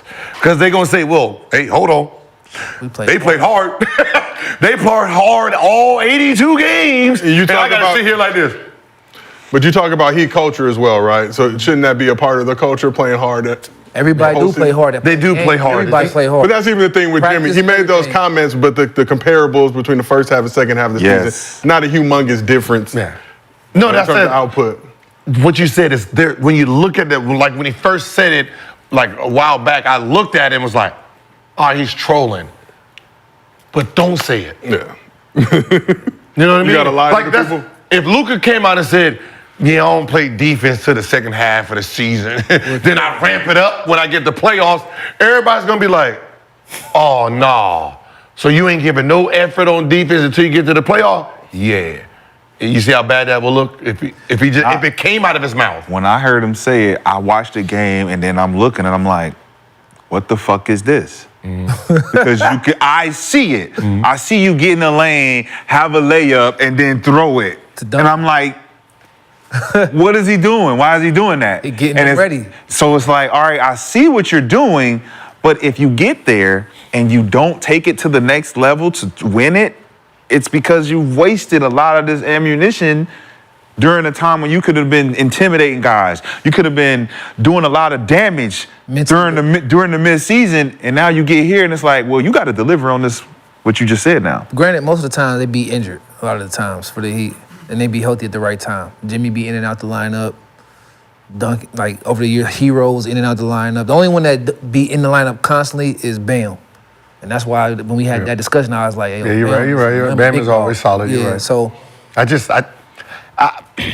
like one thing I can give, you know, the 80s and the 90s, the credit fours, they did come play hard every day. 82 games. Like you would have never said, you would have never hear Jordan or one of those older guys talking about, we try to coast it through the regular season, until we get to the playoffs, and then we're gonna step it up a notch. Like, nah, like whatever the notch was, they're gonna turn it up a whole nother notch. So, I don't like, even though I don't see none of the players just really looking like they don't give a fuck and then turn it up, I just don't like the fact that you would put it out there as a narrative. Yep.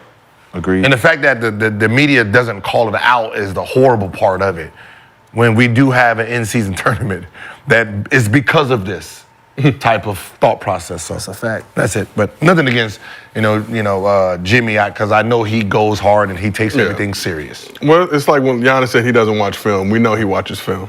But that's not obviously, even in a joking manner, a narrative you want to put out there. Because we do have a lot of simple-minded human beings on this planet who will take that and run with casuals. it. Yes. Yeah.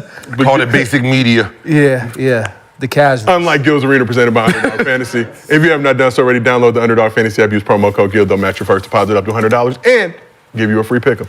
But y'all want to know, as a star player, what was your approach to an 82-game season? 82 games is long. I don't think a lot of people really grasp going from October to April and what that entails. And even somebody like yourself who's an all-star, you don't get that all-star break. It's even more shit going on, and now you're supposed to roll right in to the back half of the season. How do you pace yourself? How do you basically break that season down?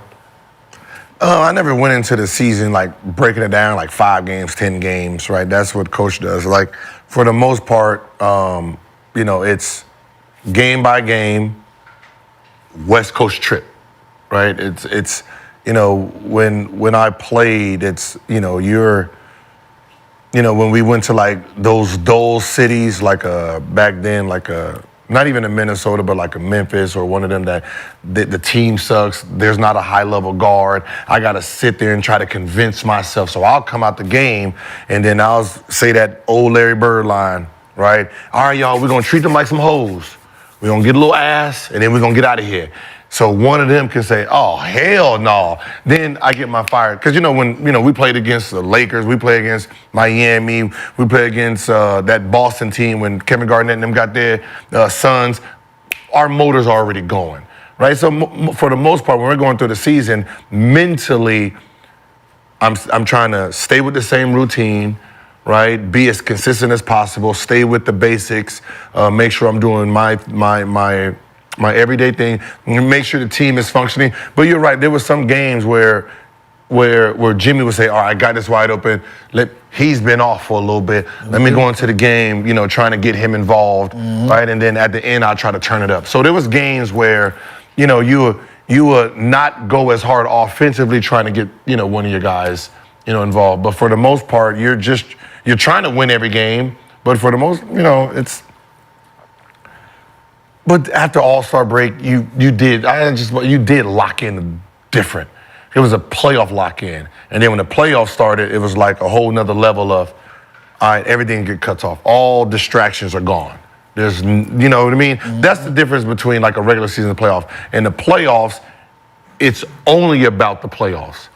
Right? There's no, we about to go to Miami this week, we about to go this. In the playoffs, it's like, hotel, make sure we're stretching, drinking your water, getting hydrated, watching your film, right? Detail-oriented. It's detail-oriented. Detail-oriented. So it's not like you're doing anything different, like game-wise, you're just taking all the distractions that could have, like the work ain't really coming like that.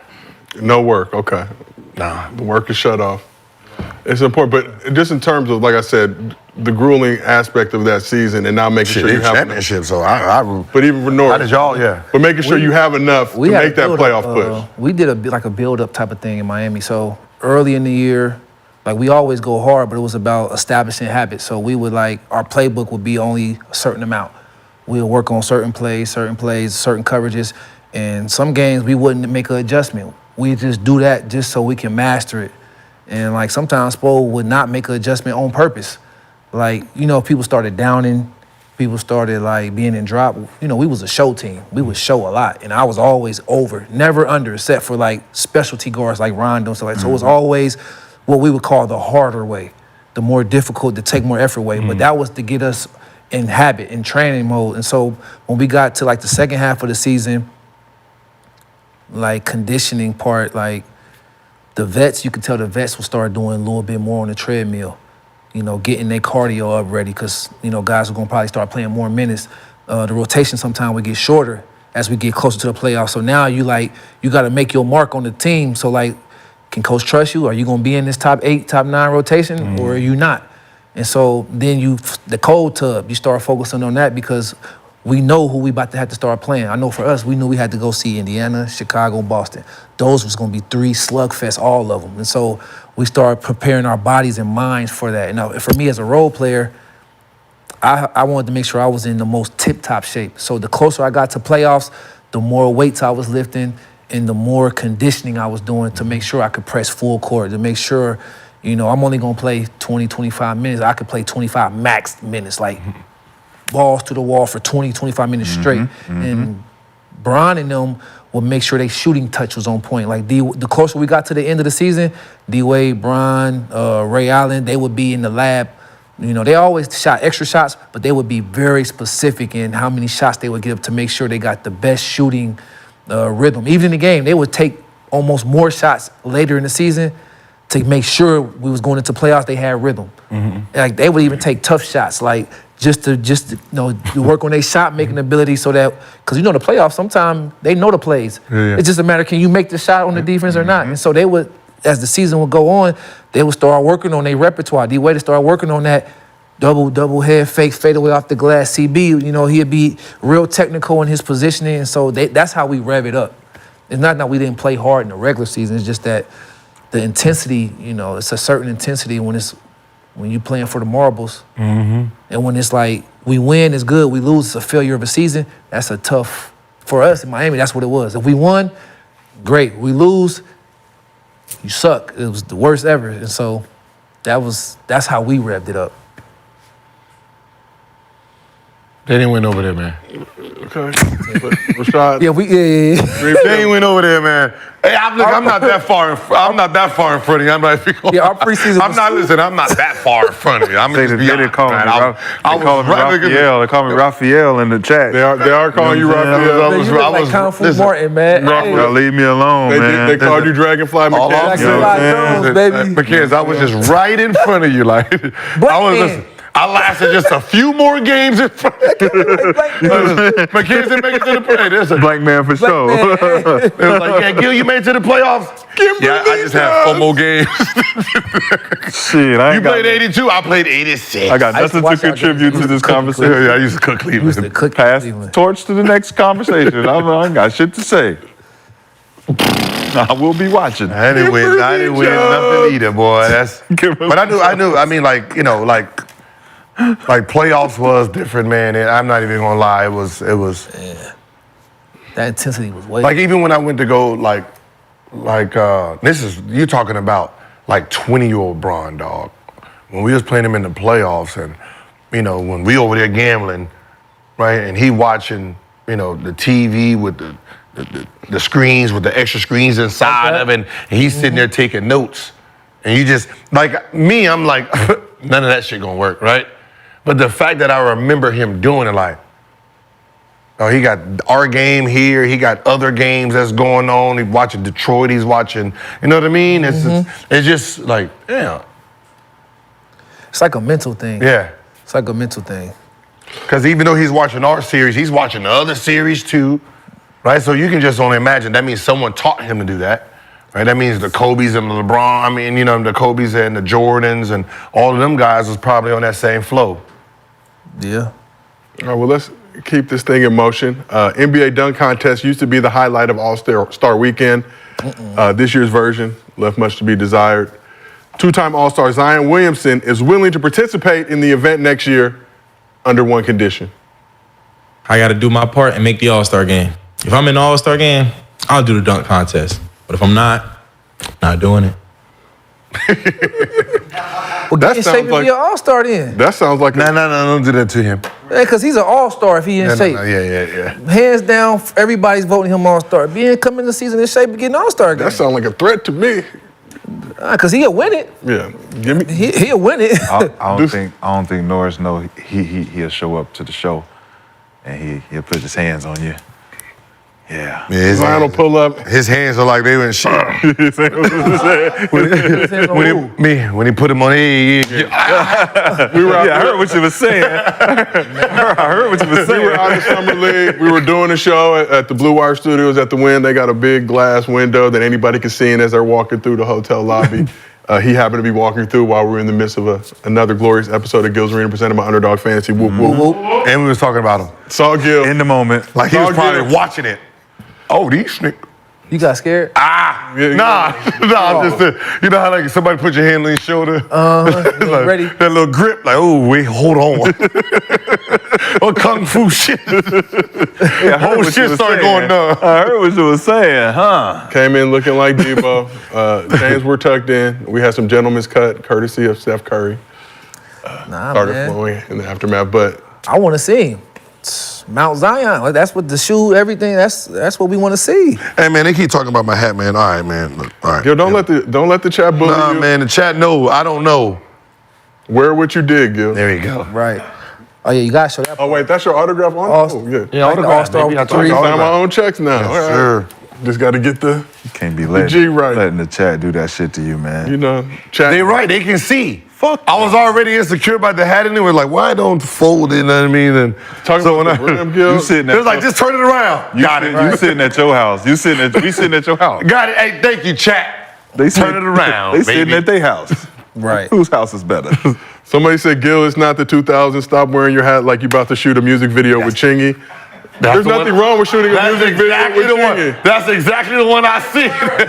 There's nothing wrong with shooting a music like video that. with Chingy or the early 2000s. I like that. There's nothing wrong with the 2000s. Hey, Chingy was a beast back You know, in the for day. our age, man, we don't want to look old and outdated. Yes, I do. You know what I mean? Yes, I do. Yes, I do. I got jokes. I don't want to look too I got young. jokes too. I got jokes. That's why I dress like an I undercover got cop. jokes. I cook these new What? modern day Y'all fashion, been- boy. Y'all better cut it out. Better stop. I know your mama. I know your mama. Stop. Your mother may be in the chat as well. I know your mama. You better leave me Might like alone. Chick-fil-A. Say what you want. Too many hearts Say popping up. what you want.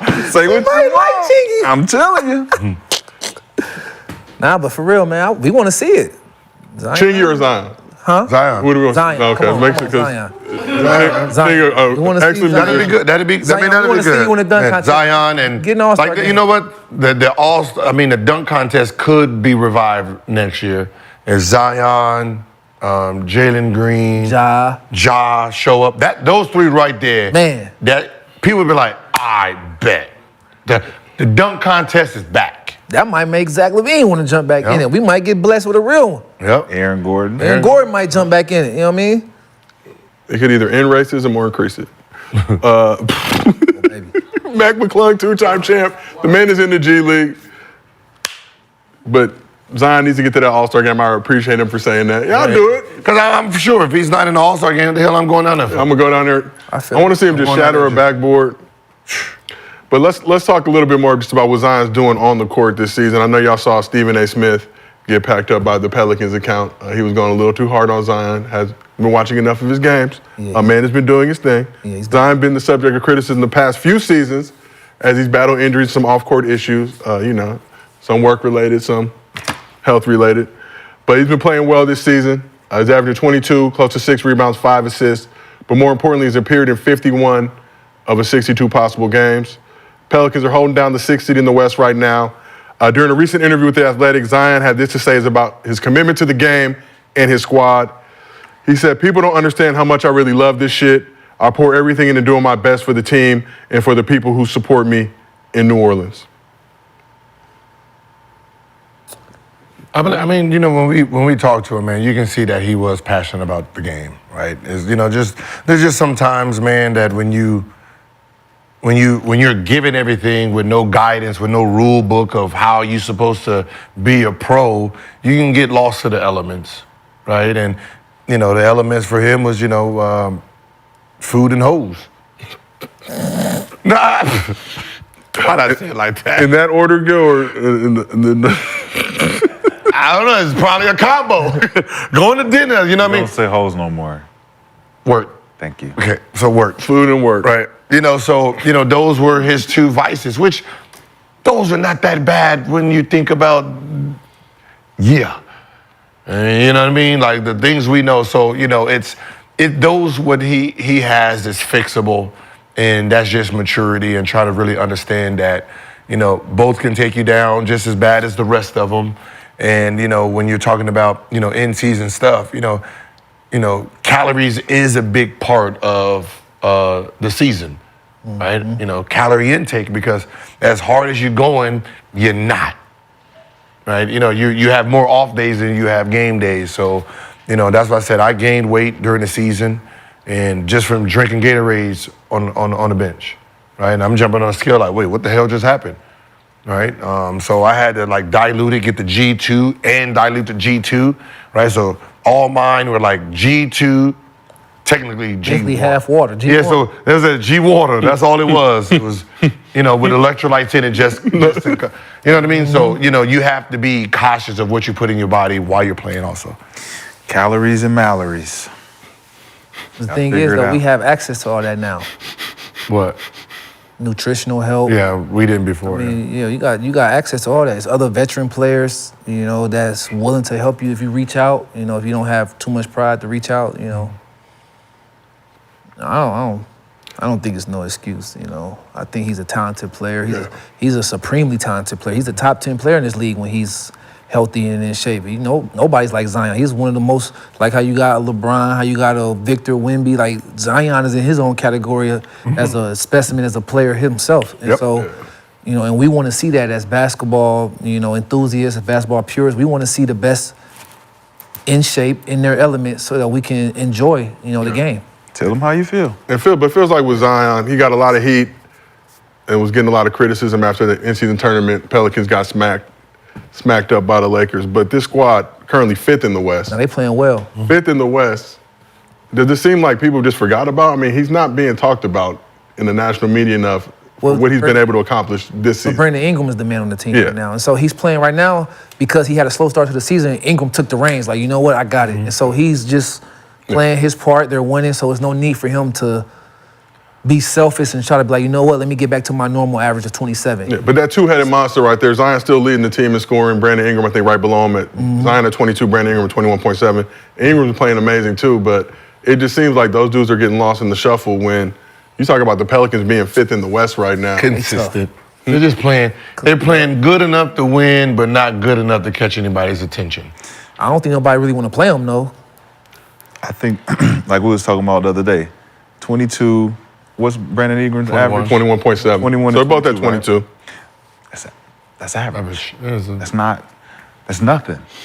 For in this current league. elite players. That's like, we don't even see that, right? You need 25, 27. 30. That's when we because when I watch them play, Zion defers a lot to the other guys.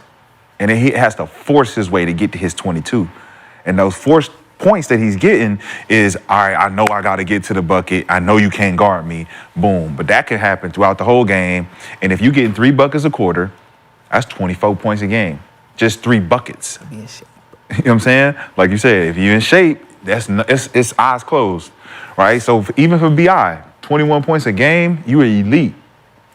But y'all winning, so it's no pressure. About to say they right? winning. It's no pressure. So it's tough. It's tough for both of them. Yeah. Just because it's small market already. Yeah. And they winning, so it's under the radar. It's going to be way under the radar in the West. Right. So I know they just need to figure it out. I don't know. I don't want to be a hypocrite because winning matters. You know how we were saying Luka got elevated numbers, but he don't play no defense and all that. Winning cures him not averaging 27. I ain't mad that he ain't averaging 27 if they winning.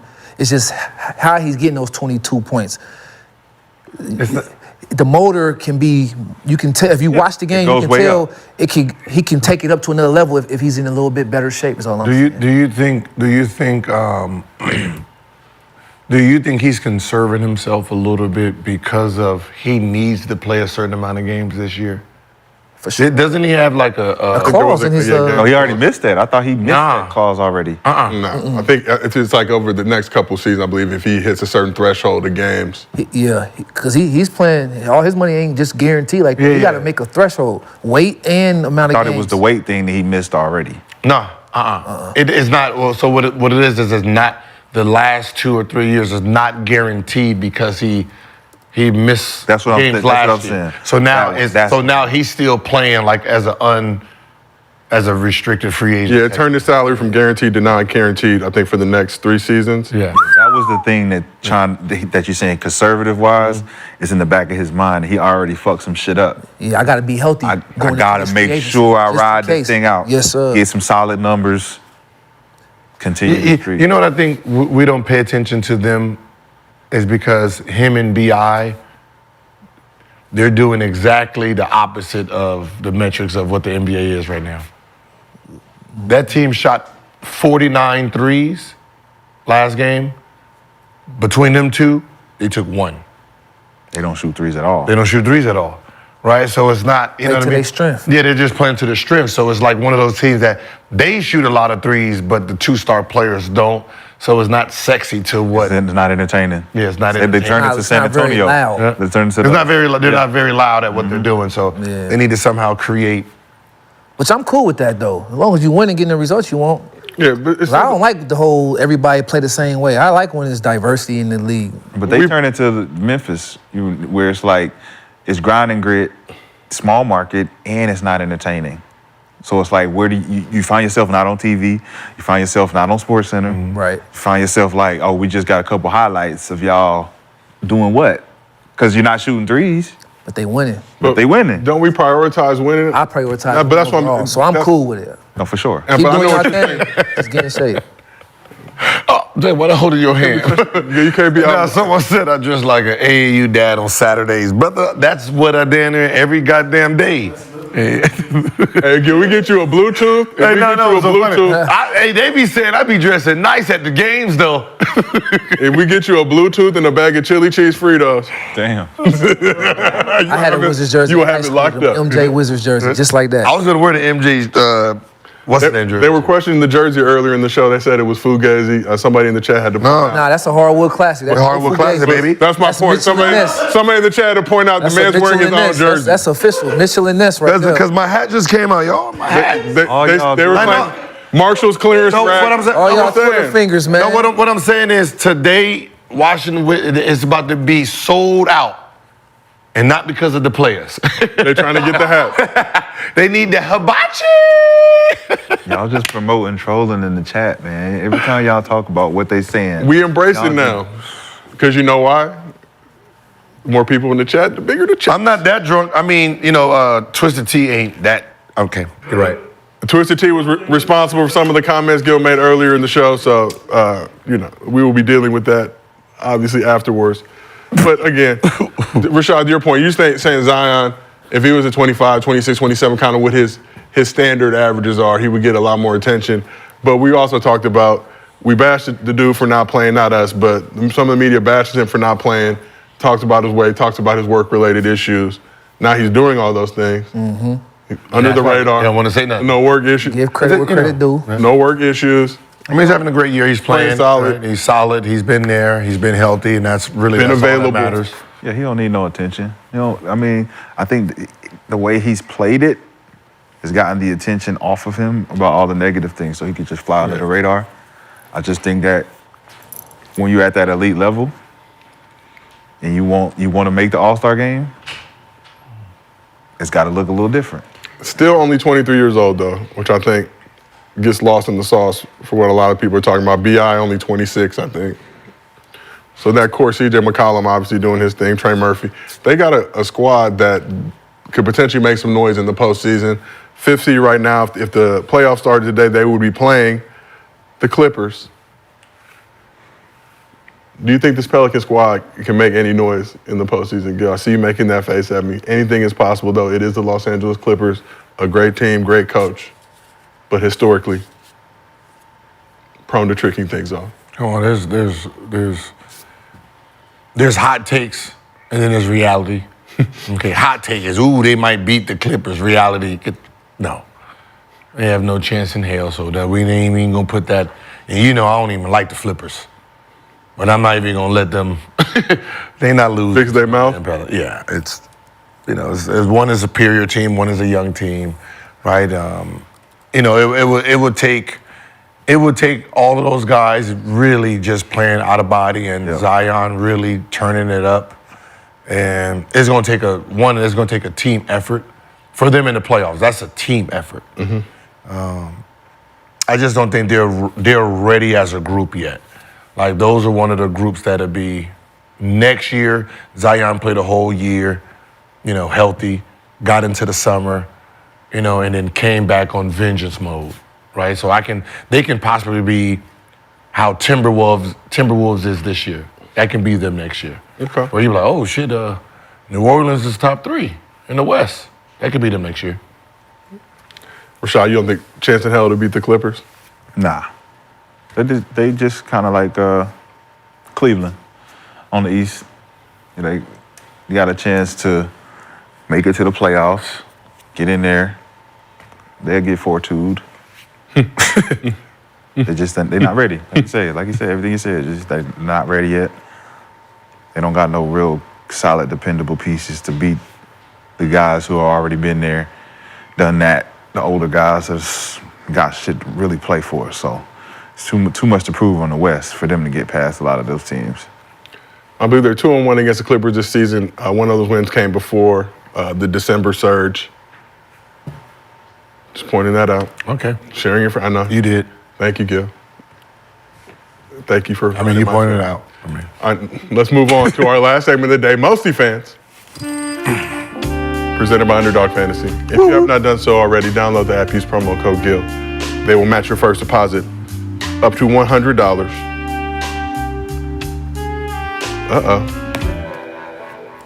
There it goes. All right, our first question comes from the chat. It's from Underdog Fantasy user, Don't McCants Me. I did not pick these questions, Rashad, as you know. I remember this nigga from last year. Okay, as you know, I'm very supportive of you and your contributions to this program. A lot of red, though. We will discuss after the show. Who will have a better career, Chet or Sengun?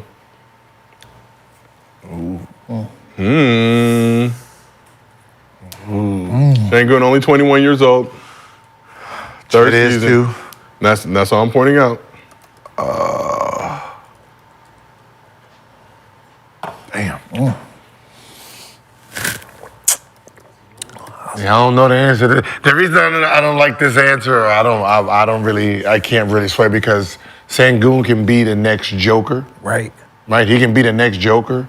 He can just be a 1 year, 2 year type of guy. Chet can turn into something we haven't seen before. So, y'all know you like age. I don't know. Chet is older than Sengun, even though Sengun's in his third season. Chet in his redshirt rookie year. Same age, basically, though. Same age. Yeah, I'm just saying. I mean, because we have a Jokic, we can see where Sengun is heading. Right. Right. Jokic with a little bit more. And then ability. Chet is going to have certain stats that Sengun can't get. That's a tough one.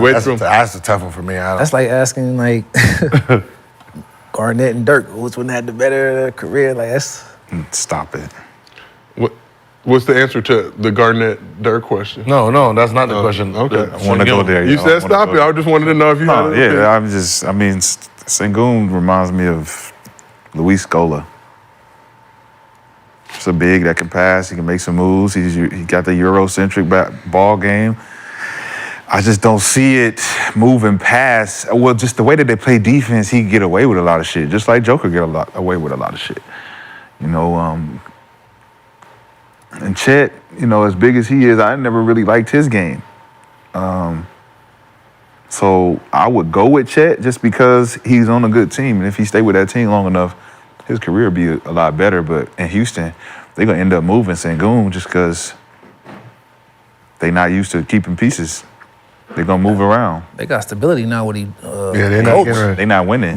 They're not getting rid of Jalen Green and Sengun. No, they're going to have to.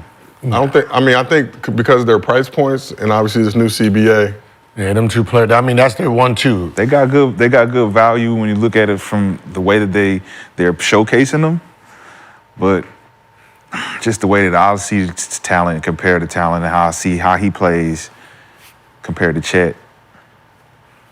I'll pick Chet. All-Star ballots this year. Sengun is that dude. I don't know. But I will point out again, they're similar age, but Sengun in his third season, Chet in his redshirt rookie season should be his second. Jalen Green ain't SGA. Just put it like that.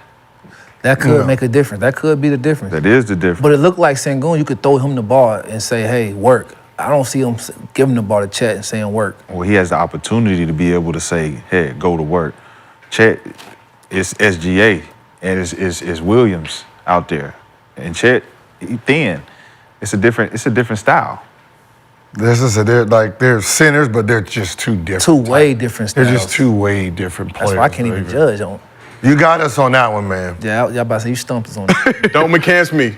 Enjoy your $50 underdog fantasy bonus. No, that's 100. That's 100. You got to give him 100. He stumped us. If underdog does not give you the 100, contact Gilbert Arenas. We couldn't answer it really like that. No. You know what I mean? It's a group. Well, we might have to debate that on the show in the near future.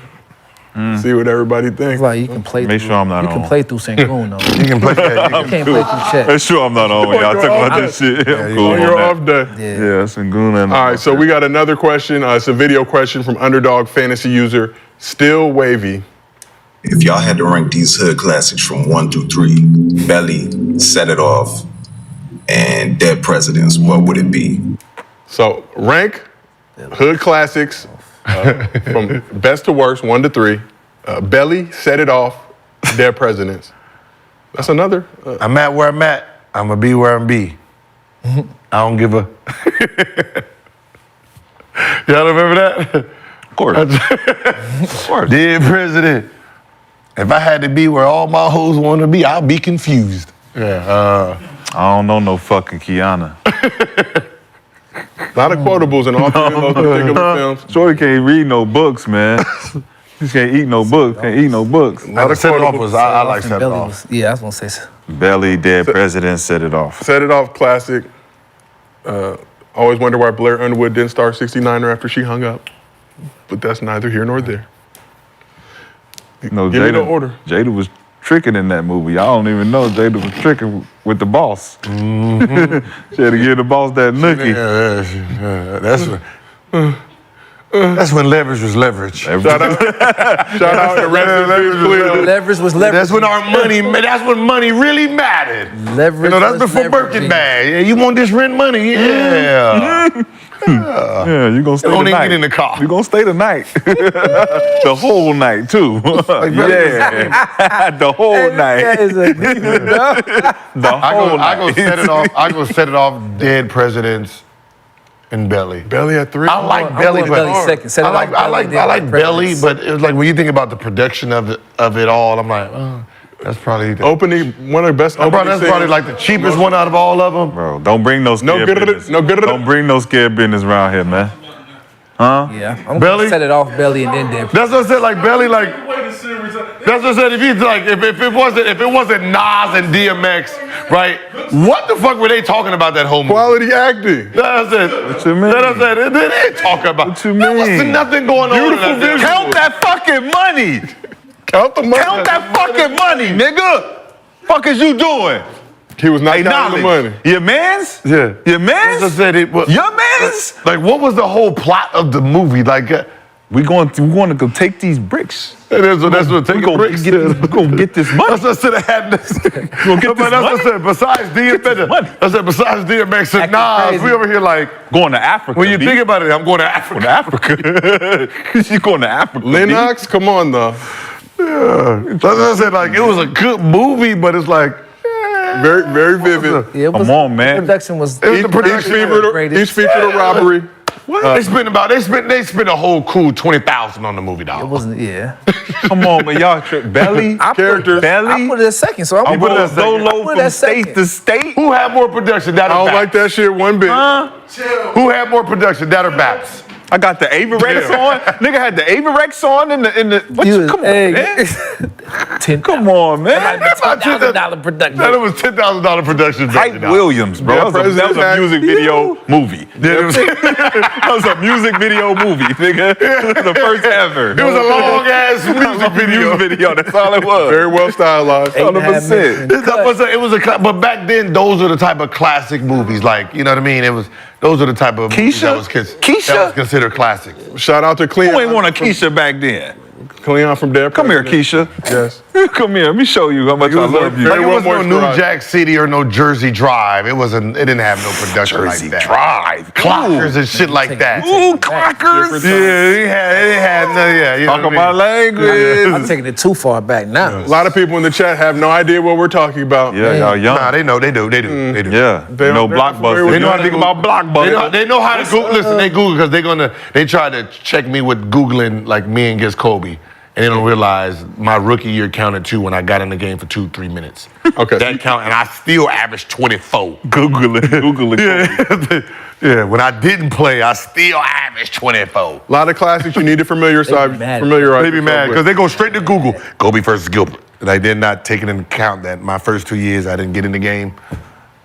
1 minute, 2 minutes. Fucking Googling. Still 24. Motherfucker, still go to ChatGPT, get your more precise search engine optimization. I go to just game. I just go to the games. Okay. Watch the game. The game itself. Okay.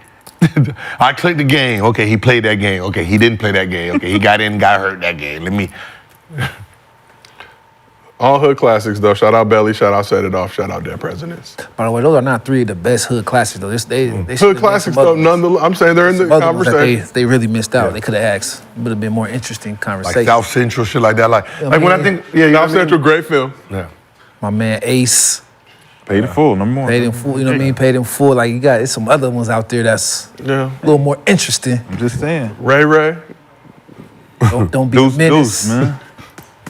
Who was Deuce? It's an OG call. And I'm keeping them. Don't play keeping him. Don't play with me, man. 15 bucks. Don't be a menace. See, that's a man Buddha. Don't be a menace while drinking your juice in the hood. Quality film. Message. Shout out to the Wayne. It was funny. It was the Wayne family was funny, dog. Nigga, they funniest niggas ever. I said, do we have a problem? Great film. Juice? Hey, did y'all ever like shots us? You're gone too far, man. A little slow, man. That used It to was be good, but a little slow. Nick used to love that shit. Oh, you're gone too far, man. The nigga that didn't talk Every time I fuck with his kids, you done gone too far. Let's move on to our third video question. And shout out Blockbuster. A lot of you guys will never know. You were not outside. Our third question, the video question from underdog user Quidar215. My question is, Gil, who your top 5 players to wear number 0 besides yourself? Whoop, whoop. Oh, shit, I got this. Top 5. We're going to go Westbrook, Dame.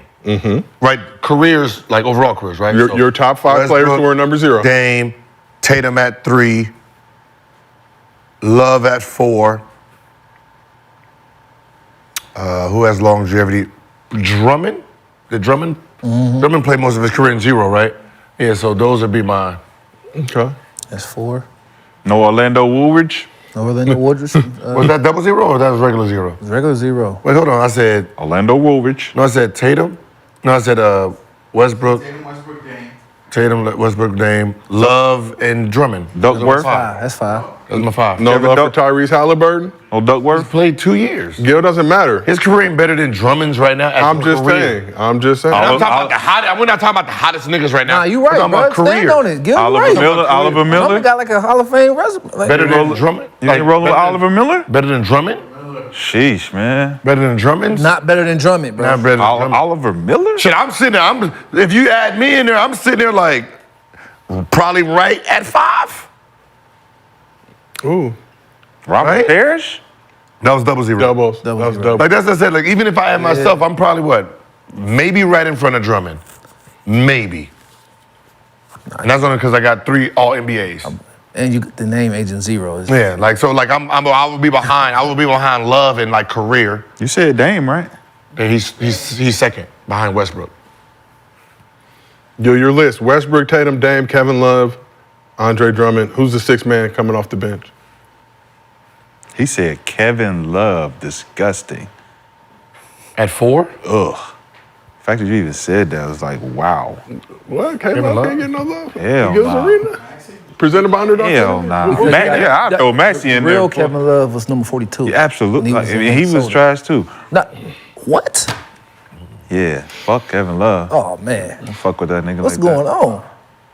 Oh, you some Drummond? Some person. K-Love Drummond? Oh, yeah. He played in Minnesota. Yeah. I knew something. I'm like, man, what? Yeah. Okay. When he throw in fuck the person, he be like, wait, hold on. no way, yeah, some It's beef with Kevin Love, Rashad? Yeah. What? Dang. Wait. I mean, Kevin Wesley Love? DeMarcus? What number did DeMarcus wear the whole time? Did he always wear? 15. Pelican, Yeah, DeMarcus? Not That's over for Kevin half. Love. But I mean, I'm talking about people who wore That's their they have real number. numbers in the numbers, right? They gotta have a resume in the number. Fair. We're going to talk about this Yeah, I Kevin think Love. he gonna be We have to talk about this. We have to We're bring it up. intervention. We have mediation. What did Kevin Love say? Intervention, man. Did Kevin Love say something? You need Woosah or something? Because you. Hey, chat. That's a lot of niggas don't fuck with. It's a lot of niggas. You usually That's said a lot of that. You We said that go. one. You said that. From the Hey, depth of your heart. Chat, I just Kevin ain't- Love we say can say- anything about McCann. Hey, listen, Google that, please. We can say Because he said There's it. a lot of Yeah, he depth of said his it. heart, Fuck didn't Kevin Love, yeah. That came deep, right? Came You- deep, boy. we I'm started. like, boy, I'm like, man, maybe it's something personal. He takes a lot of shit, so if it just comes out, you like, wait a minute, hold on. Nah, I'm just saying. I love LeBron. I ain't saying LeBron. But you never said no fuck LeBron. I ain't never said no fuck Okay, LeBron. so you said fuck You know what I'm Kevin saying? Love. Well, you know what I'm saying? Fuck Rashad, that the nigga. shirt doesn't say I love LeBron. It says I do not hate LeBron. I have don't hate greatest of all time. Greatest of all time. It's a huge spectrum, but we Let appreciate us know y'all. about the McCann's next game so we know. We appreciate y'all tuning in with us for another episode of Gills Arena presented by Underdog Fantasy. We will see you all tomorrow for our last show